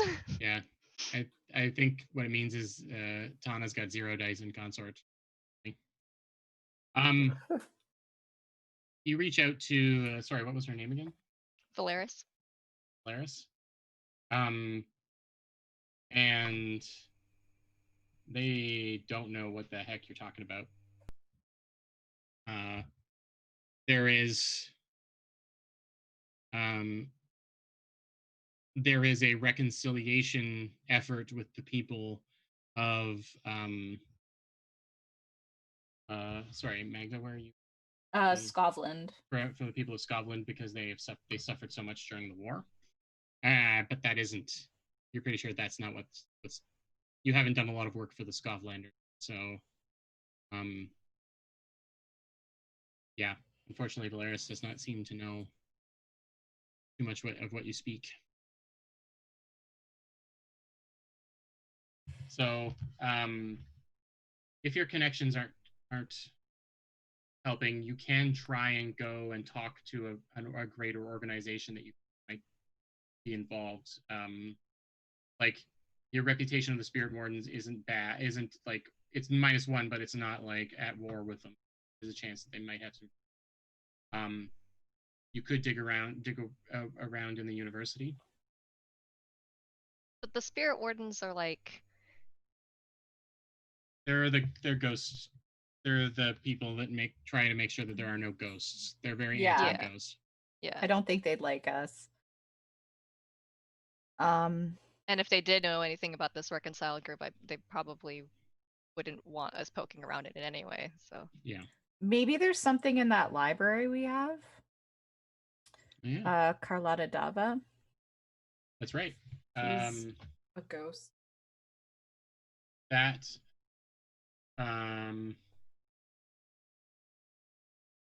Yeah, private library. Yeah, certainly. You can maybe do some investigating there if you want. Let me know what roll and who's rolling and what's being rolled and. Jess, don't you have like a bonus to gather information? Is it to gather? I think is it to think? Oh, you're right. I might have that one too. To gather information about the supernaturals. Yours were supernatural entities in your presence. You invent, craft, arcane features. I don't think. Take +1 die when you gather info about the supernatural. Right in Ghost Mind. Ah, right there in Ghost Mind. Okay, yeah. Yeah. All right. Okay. So, are Magda and Sahar going to go to the library or something like that? Yeah. Books. Lady Dava is thrilled to see you. It's been a little while since you visited. There are a few. The library itself has been opened up to a couple of other scholars. It seems she's gotten to be more open about letting people in and around. How's her assistant? Is he okay? Yeah. What was his name? Hang on. Notes. Oh, dang it. Davril. Dang it. Davril, yes, Davril. My notes are like half here and half somewhere else. Davril is looks happy and well fed, and it looks like he no, I think we lost Lauren. Oh no! Internet, stop being mean to us. At least she looks so cute. I love that. That flower headband is so cute. It makes me want to put flowers all over my headband. Like, honestly. Like, we were chatting before and this kept happening and she kept freezing in like this most joyous smiley faces, like mid laugh and stuff. It was cute. Hang on. Let's see. Pink. Oh, you're the one making the roll there. Yeah, it's me. Sahar. So, is so you're this... gonna get a bonus die from your ability and a bonus die from Magda helping. Okay, this is a study, I assume, right? Up to you. Well, what I'm studying I can't attune. It's not it's a book on Ghost. It's not a book in Ghost. Yeah. Well, no, study makes sense. Okay, study. My best skills are attune and tinker, but I don't think that makes sense. I think study makes sense, right? So. Sure. Okay. Study with 2 bonus dice. Study with 2 bonus dice. Okay. And then the other values, the position and whatever don't matter. I'll give you but I'll give you a devil's bargain. Tell me the devil's bargain. Are you investigating privately or are you letting Lady Dava know what you're up to? That's not clear as a devil's bargain. The devil's bargain is you let her know. You involve her in the investigation. it'll give you an extra die, but then she knows that you're looking at about information for the. So it could be good, it could be bad. It's the spreading of information. But, okay, but how am I letting her know? Can I? You're like, can you help me? Do you know about the yeah? Reconciled? Can I be like, so have you ever heard of anything called the Reconciled? Is that an option to do it like that? Yeah. Okay. Sure. So what's my position then? No, don't worry about position. No, so effect doesn't matter either? No. Okay, and now I have three bonus dice? Hell yeah. Shazam. Oh, dang, I did not need those backups because I did so good all on my own. I like how it's perceived that the first one... That's how I perceive it, okay? The first one is what I would have gotten anyway. But if it was 1126, you're like, oh, thank God I got the 3 bonus dice. That's right. But now you feel like you've wasted 3 bonus dice somehow. No, I don't feel. I only feel like I'm fine. It's good. You got a Let's 6. go. You got a 6 because you rolled I got 4 a dice. 6. We did so good. And you're about to tell me that she's still our friend and she's not mad at us.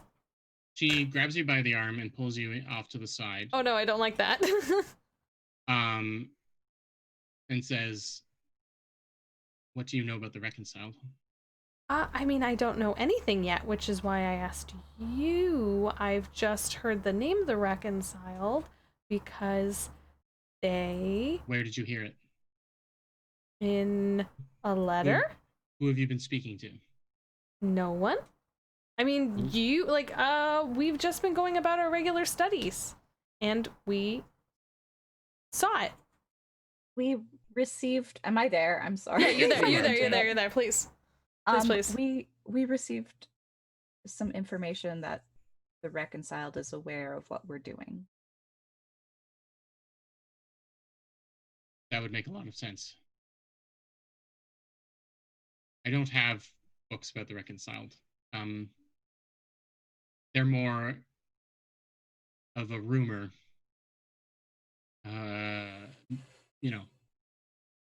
Brought to life. There are stories of specters that did not degrade and become violent and angry and fearful, that continue a controlled existence where they are able to communicate. They fall under the umbrella of Reconciled. You say you received a letter signed by them? Like, did it have a name? Is it on this page? Why do I feel like... It's on our thing, but it's like slightly covered up by the bomb goes off clock. Oh, these can go, yeah. Where is it? I'm sorry, I'm like booping around. Can you boop us through it? These actually can go. Oh, okay. It was signed the Reconciled. Appreciate what you've been doing for the people, and then it was signed the Reconciled. Okay, got it. I don't know where they might be found. It's just a tale of ghosts that have not gone feral, I guess is the best way to put it.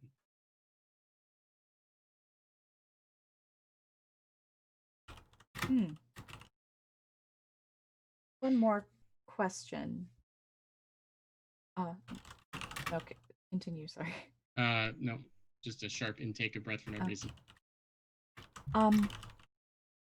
The Church of the Ecstasy, do they have a way of harming ghosts? They're certainly, from my understanding, they have certainly invested a lot of time and money into understanding how to destroy them. And when you say destroy them, you don't mean let them pass on? There's something else? They want them erased.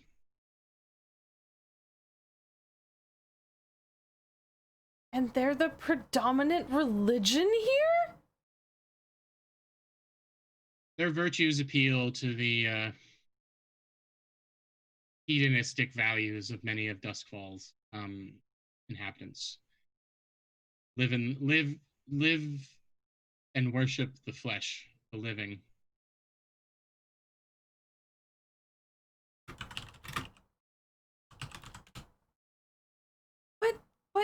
But everyone becomes a ghost at some point, so every person as part of this religion is simply okay with the fact that at some point they also want to be erased? Not everybody becomes a ghost. The spirit wardens do something to prevent that from happening. What happens to them after that, nobody knows. But you have the potential of becoming a ghost, but the spirit wardens step in to stop it.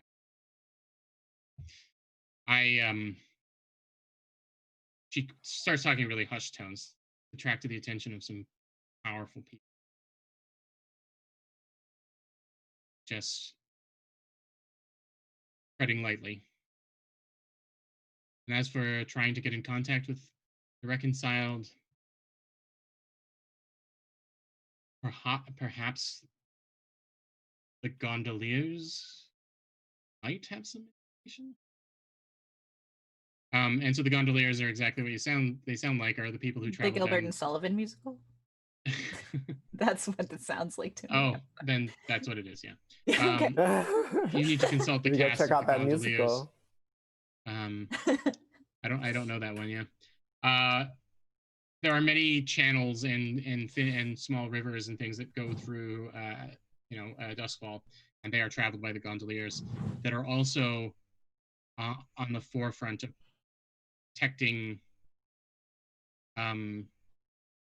protecting the city from ghosts. A lot of spirit wells tend to crop up around the rivers because they're the places where a lot of people have passed. And a spirit well is sort of where the veil is thinner. So you would know a little bit about this, and now you've been suggested to talk to them. They're literally a city. They're part of the city. They just travel up and down the rivers, traveling people, but also busting ghosts. Feels so uncomfortable talking to Ghostbusters about ghosts. Like, They would you would figure they have a respect for it. It's a complicated job because there are dangerous ghosts and people need to be safe. But it isn't about destroying them. The gondoliers are a lot more interested in just keeping the veil closed as best they can. Okay. As they don't they're not hunting down and killing ghosts. It's more of a defense of this. So like if a ghost starts causing problems or something. Sure, and also trying to make less ghosts. They're trying to stop ghosts from just coming out of the spirit realm in the first place. Preventative maintenance. Transportation. Preventative transportation? Well, they provide. They're also boats. They provide trips down the river. The river Styx. Wait, are we talking about the gondoliers or the wardens? We're not talking about the boatmen. We're not talking about the psychopomp that brings you from one place to another. We're talking about people who have boats but also fight ghosts or deal with ghosts. That sounds like ghost boatmen to me. And they're a little bit they're a little chiller than the wardens is what I'm getting. Yeah, they are not allies with the. Okay, I say. Well, you said they specifically have more respect for the ghosts and spirits and stuff like that. Yeah, they are. Yeah, it's an ancient tradition in the city, and it's older than the spirit wardens and older than a lot. Okay. So we're like more likely to find sympathetic people in the gondoliers are in the spirit wardens. Yeah. Yeah. I mean, that makes sense. We do want people that know, you know, we know what we know, but there's a lot that other people know more of. And if they at least are more positive than some other people, they might be our best bet. Milan, I don't know. Do we have anything else we want to talk to Carlotta Dava, or can we like have said that we have reconvened and are talking to Milan and Tana as well to get their opinions? Sure. Jump ahead. Just because I know that Milan had an opinion and I don't want to be like, you're not here, so you can't say it. No, it's fine. I would love to hear your opinion. So Milan, this is what happened. What do you think? I'm kinda. I think we should see about the oarsmen. I mean, gondoliers.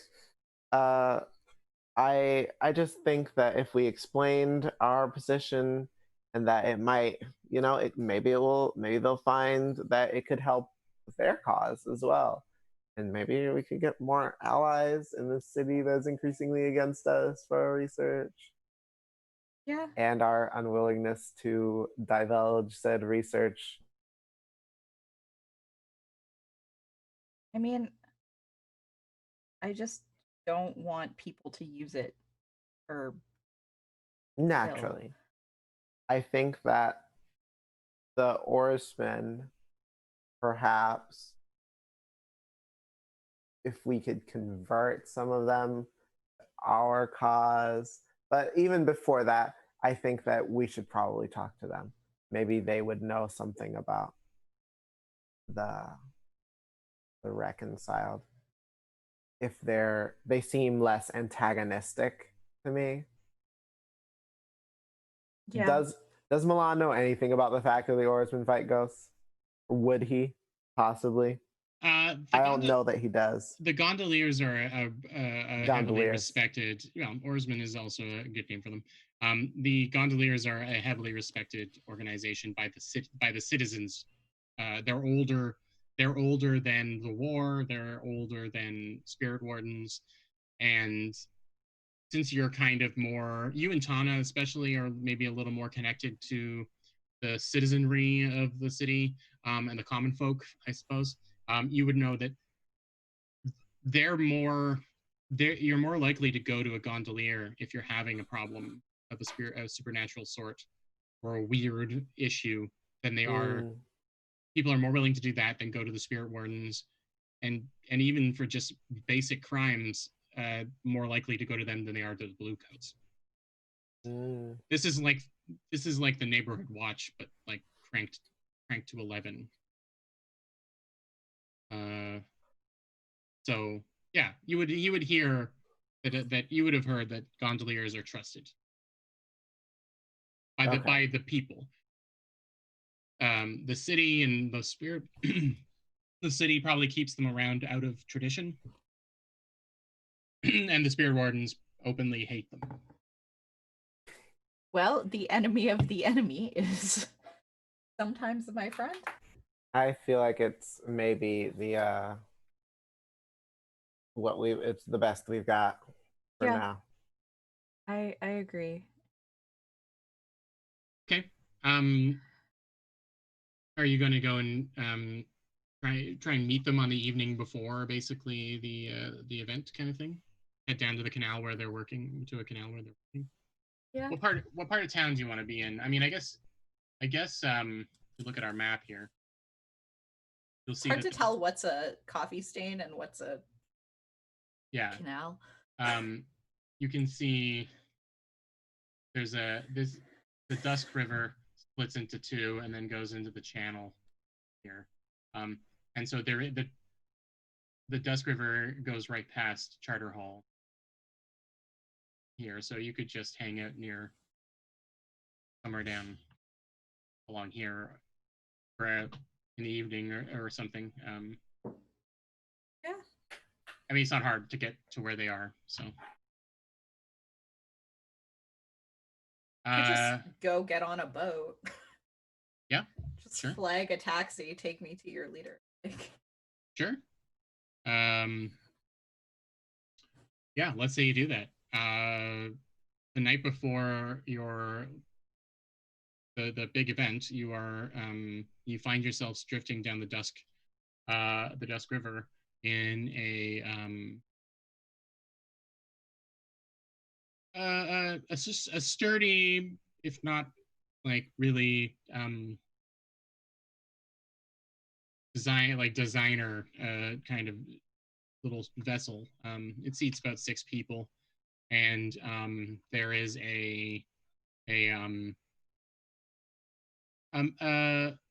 woman in very simple working clothes, like suspenders and rolled up sleeves and a flat cap, just with a long pole pushing the gondola down the river. The inky waters of the Dusk are strange to look down into. Strange, even just in the rivers, there's strange movements and things beyond. But you can see that the gondoliers' pole is like reinforced with silvered metal, basically right up to where they're holding on to, where it's wrapped in cloth to hold. This is a long metal stick that seems to be reinforced and armored. They're pushing you along. Says, just out for a stroll, are we?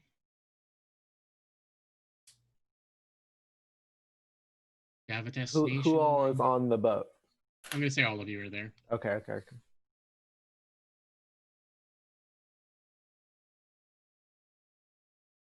I have to say, I'm more used to the rowdy students getting on here with their bottles and pints and whatnot.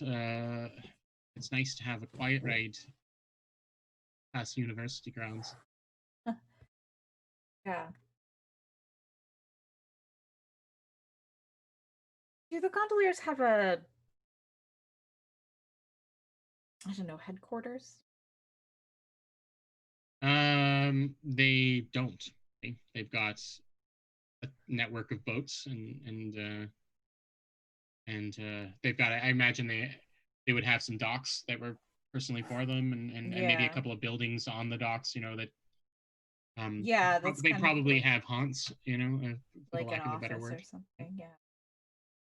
Just like I'm just like, I don't know. Do we just ask this? Do we just ask this gondolier about like?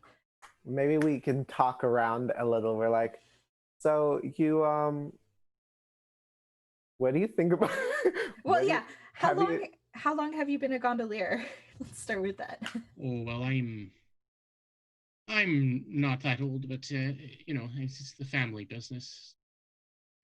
Mother did it before me, and her father before that. So someone's always been a gondolier in the fam.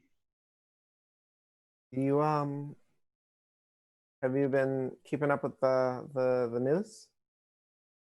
Oh, I've try and stay informed with the broadsheets, obituaries mostly. Oh yeah, I understand that. That's just a joke. I was wondering if you saw the research that the university's been doing or anything about it.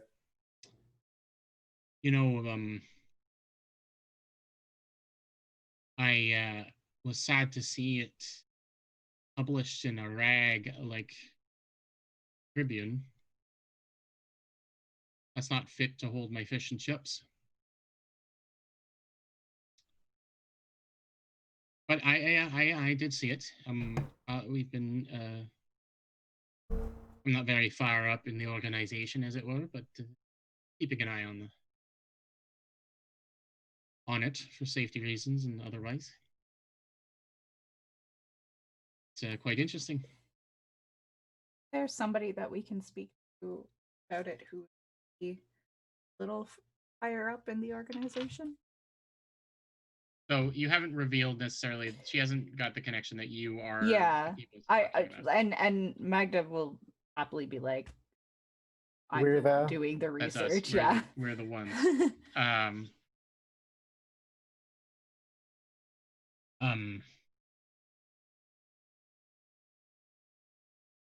Oh, didn't realize I was transporting the very people that Oracle was talking about.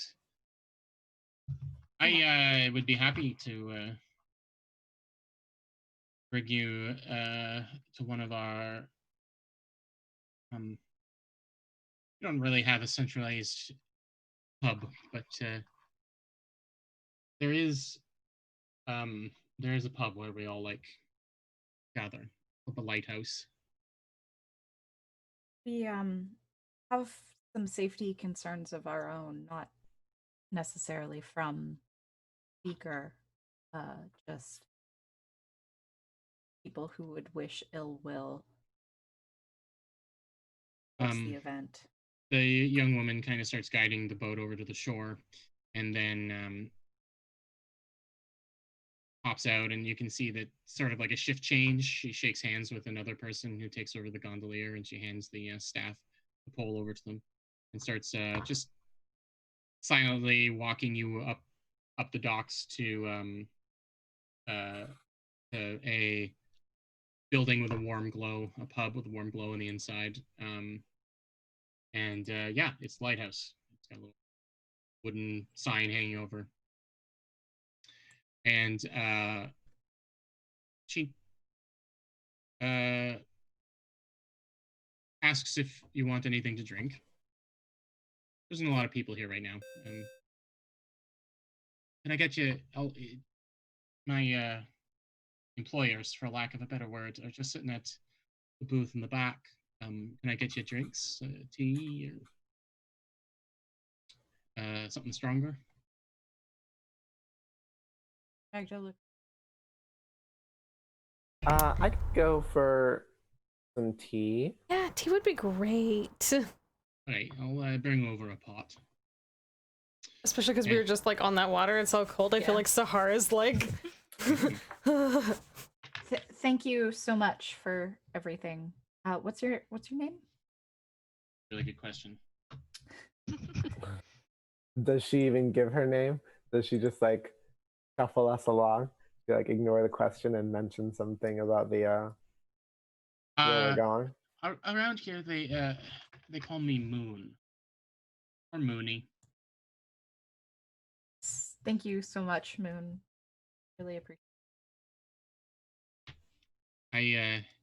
I'm very interested in the work you're doing, and I hope my superiors are also. So if you head over to where the booth is, you'll see that there are two figures. One, a gray-haired elderly woman with fierce look in her eyes, and across from her is a robed figure in who has tattoos, occult symbols just tattooed all over his face and neck, and Do they look like Sahars? They're not. They're in the same family for sure.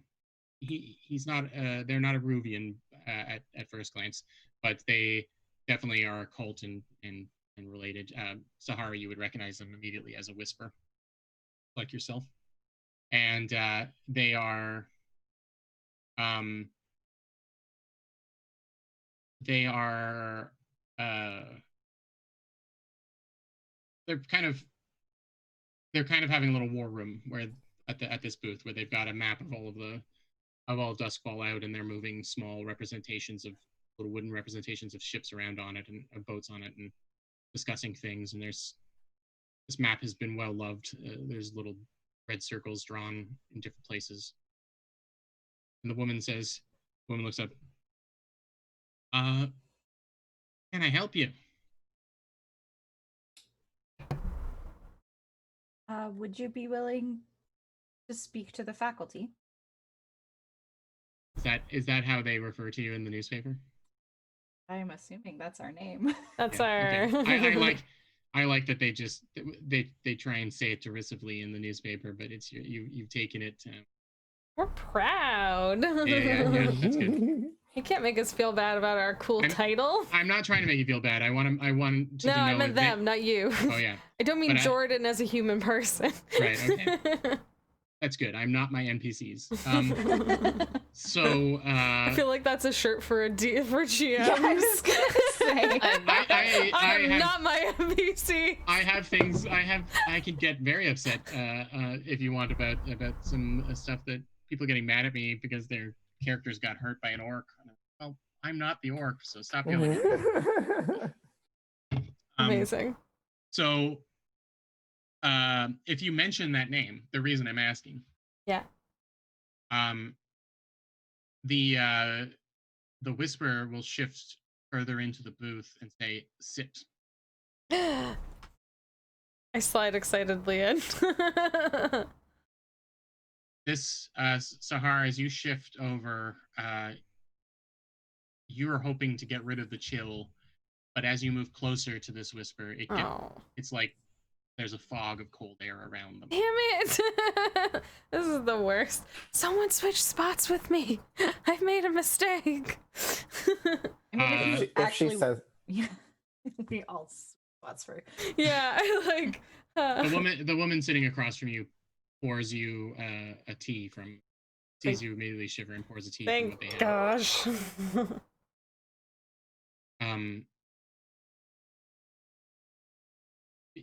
Griggs has got. He likes to keep the atmosphere moody, so don't worry about him for now. And she reaches out for, I guess, Magda, since you introduced yourselves, and to shake your hand, and says, the name's Isel. I'm the leader of the gondoliers. And your infamy precedes you. Yes. I was wondering when you might come our way. Well, we didn't want it to be infamy. We were only just made aware. We've been a little bit busy with our research. So I've heard. I hear you have an interest in it. Well, I can't imagine anyone not having an interest. Hearing the words of ghosts, the feelings of ghosts expressed, I mean, that's in a supposed apparently safe way. Surely progress. Surely that sounds like progress to me. But you came to find us. What can I do? And Moon comes by with more with a whole tray of tea and glasses and milk. We have some concerns about the safety of those who are choosing to take part in our research. You're speaking of the spirits, so. Yes. Oh, I have to imagine that there are people who would be very disappointed by your line of thinking and your progress. That doesn't surprise me at all. But you are not one of them. No. Our goal, the goal of my ancestors and those before them, has never been to be combative towards the spirit realm. It's a fact of life, even before our world was torn asunder. It was a problem. It was a thing that we had to deal with. And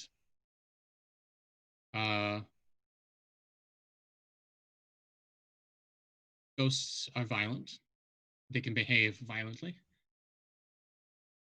And they are a danger to Doskvol, but in many ways it's not their fault. They are given not much else to do other than to rage and tear across Doskvol. We've always tried to make our solutions based around how can we better help them move along. Muted. Hi. Hey. In your time doing this, have you found you're the only ones with that sentiment? Milan starts writing on notes. Like they're interviewing him. There are those that are sympathetic to the concept, but it's difficult for them to just get on board. Mm-hmm. You know? So to speak. Yes. Not literally. We have not been an organization to speak out about it. I've mainly because our fear is that the council people who run Doskvol would shut us down. They've been waiting for an opportunity. It's only the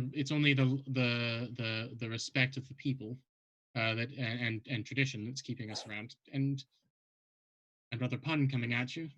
Rocking the boat has not been a great. Has not been on our radar.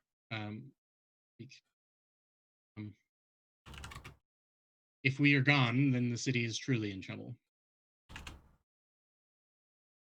But you don't seem to care or bother answering to anyone, apart from your own ideals. And though I really wish I had learned more about you, your positive aspects from that terrible article, but it's regardless, I saw your efforts shining through. I'm certain that if you should need access to a whisper or someone of that sort, that will be able to keep an eye out on a supernatural angle at your talk, then the gondoliers are at your service. We'll put someone on that shift. As far as saving the existence of a ghost, it depends on the caliber of the people coming to threaten them. If you have a spirit warden knocking down your door, then there's not much that we can do. What about somebody from the Church of the Ecstasy? Well, my concern with them would be that they would be able to hire a spirit warden to come and knock down your door. So they're one and the same, I think, as far as you're concerned.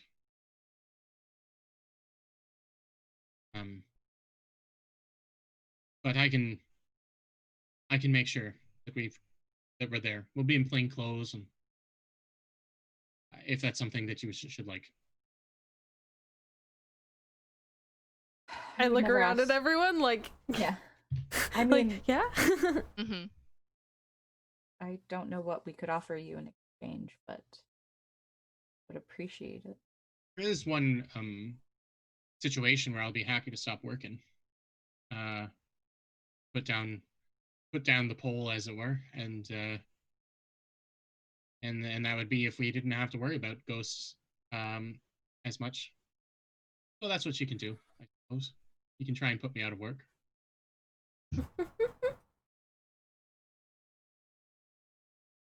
Our cop puts her hand out to shake again. Well, Milan shakes her hand. Sure. Nice.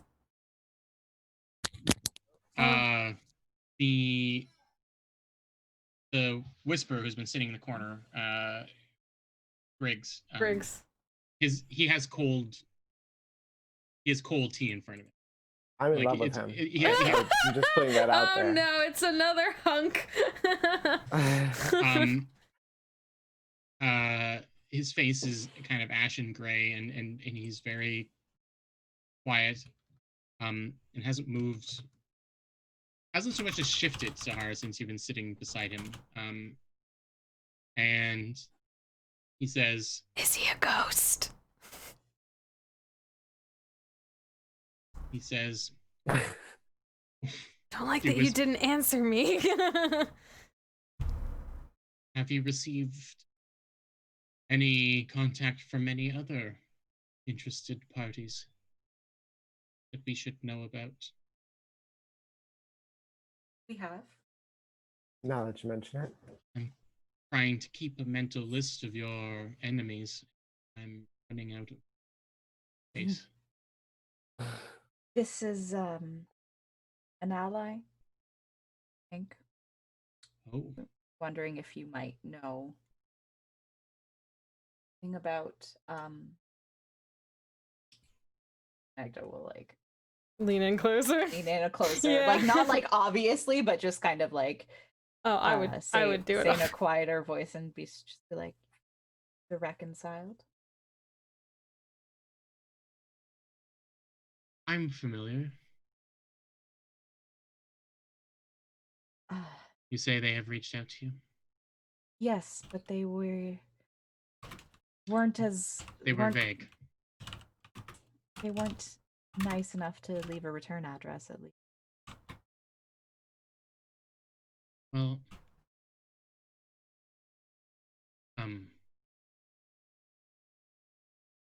my understanding is that their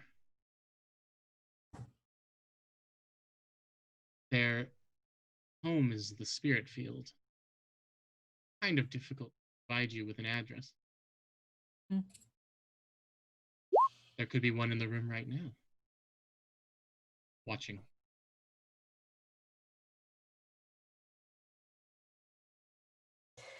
Is there? Ooh, yeah. Ooh, yeah? What's... do senses. Can do senses. Can do. Oh yeah, you can do things. Do a ghost thing.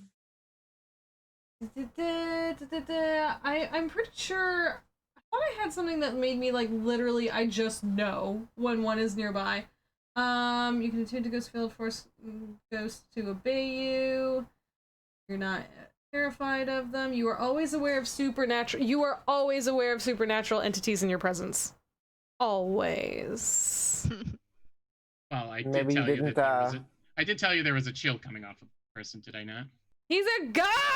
I called it! I said it right away! You realize you're sitting beside a possessed person. Well, technically a possessed hollow. Okay, can I, is there a way to know if this was, like, agreed upon? Well, no, you'll have to ask or attune or something. Is there a nice way? And you haven't said any of this out loud, presumably. Yeah, I know. I don't You're not like screaming it. about them being a ghost at the table. I'm screaming about it in my head. Heads are ghost. I like my teacup like clatters a little bit. Y'all probably like hear / see this, and I put it down, and I'm just like wide-eyed at this dude. Yeah, like, at this point, Isel would probably say, "Can you stop messing with them, Griggs, please?" Is this I just wanted to check, is this Ghost? no, that's not in question. I just wanted to know if, you know, everyone in this situation agreed to participate.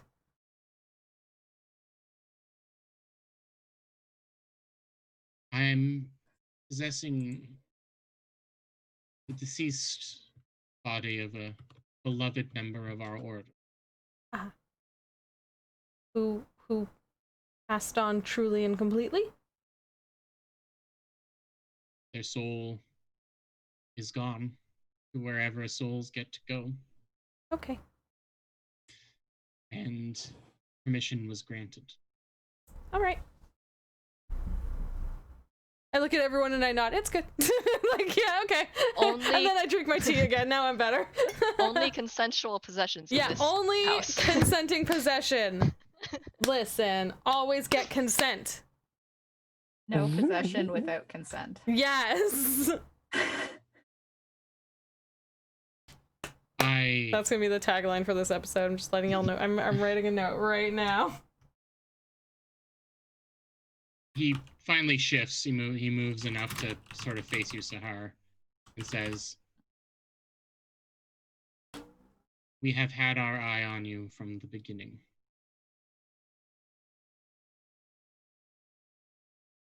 You believe it is possible for a ghost, spirit, to have any kind of feelings other than rage, anger, and pain.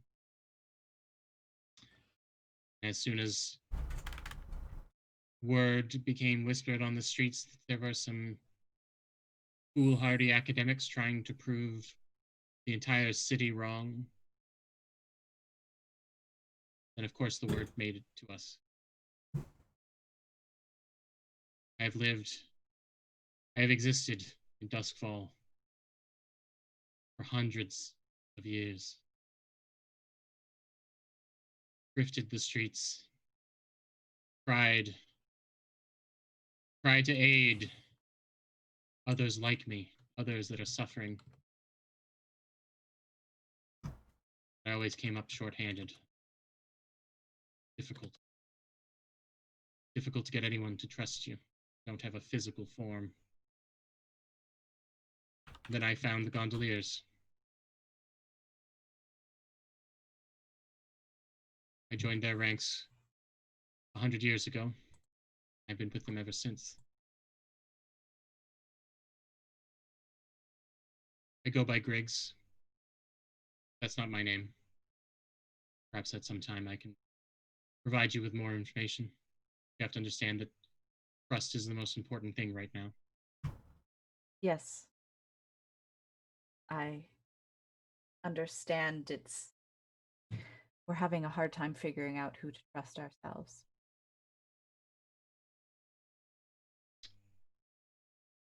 We cannot be present ourselves at your event. As you can see, it is immediately evident that I am not who I am. And that will cause problems for your cause. But know that we are watching. I can pass messages along. And the gondoliers,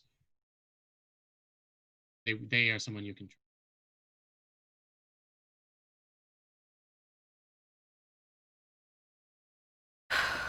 Well, I have so many questions, but I'm gonna try not to. I'm just gonna give a thumbs up to that comment because it's very good in the chat. I would like to talk to you probably for more time than it is appropriate, but we have a a current issue to resolve. I appreciate how open and honest you're being with us, and forthcoming and offering up help, which we do appreciate, and I do think that we seem to agree on some things where there are not many others who agree. So it's nice to have another ally when, as you have pointed out, we seem to have discovered so many enemies and so few allies. It is the nature of your work. I have to ask, and just to be very clear, that you support this work, revealing the true nature of what it's like to be a ghost. I don't want to make I don't want to make things more dangerous. Although I fear it may be too late. Fact of the matter is that my experience is not the same as those who you have communicated with. Fate, blind luck, I have been gifted, for lack of a better word, the ability to not be dragged down by the burdens of my past pain. But truly, I can't understand what they're going. I have not gone through it myself. Communicating with them will be of utmost importance. It's their permission you need, not mine. Although you have it. See, I want to ask, like, if you know why this happened to you and how often it is you find other ghosts like yourself, and I want to ask more about, like, your experiences and this sort of things, but I feel like I probably should hold on to that for now. We are few. Woefully few. Perhaps there are more of us that have not joined the Reconciled, but that's a discussion for another day. Mm-hmm.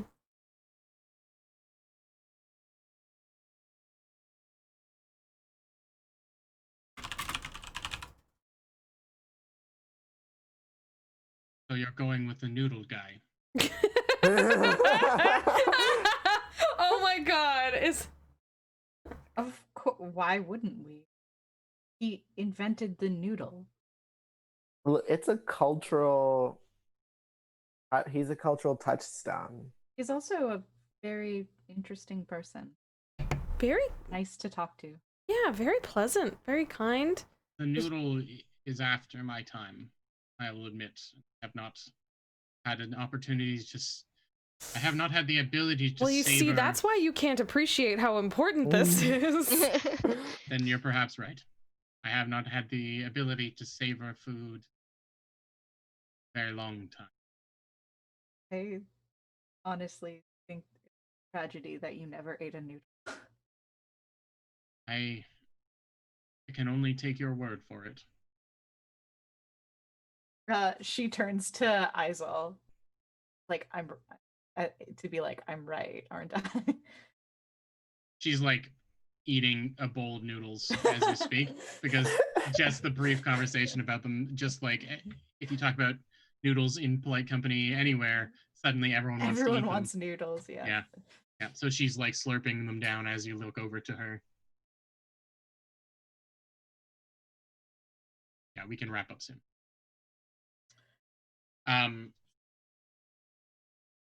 Yeah, you'll have access to this person, Sahar, so and you'll all be able to speak.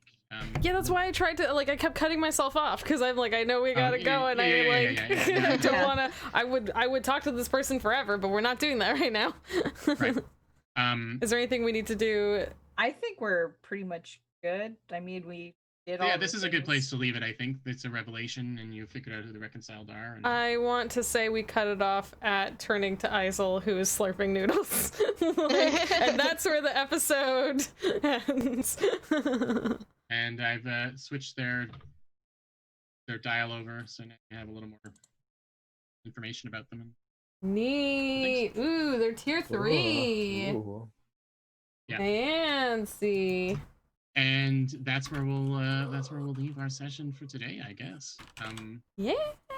Next session, the big show, which is what they call baseball, but I think it applies here.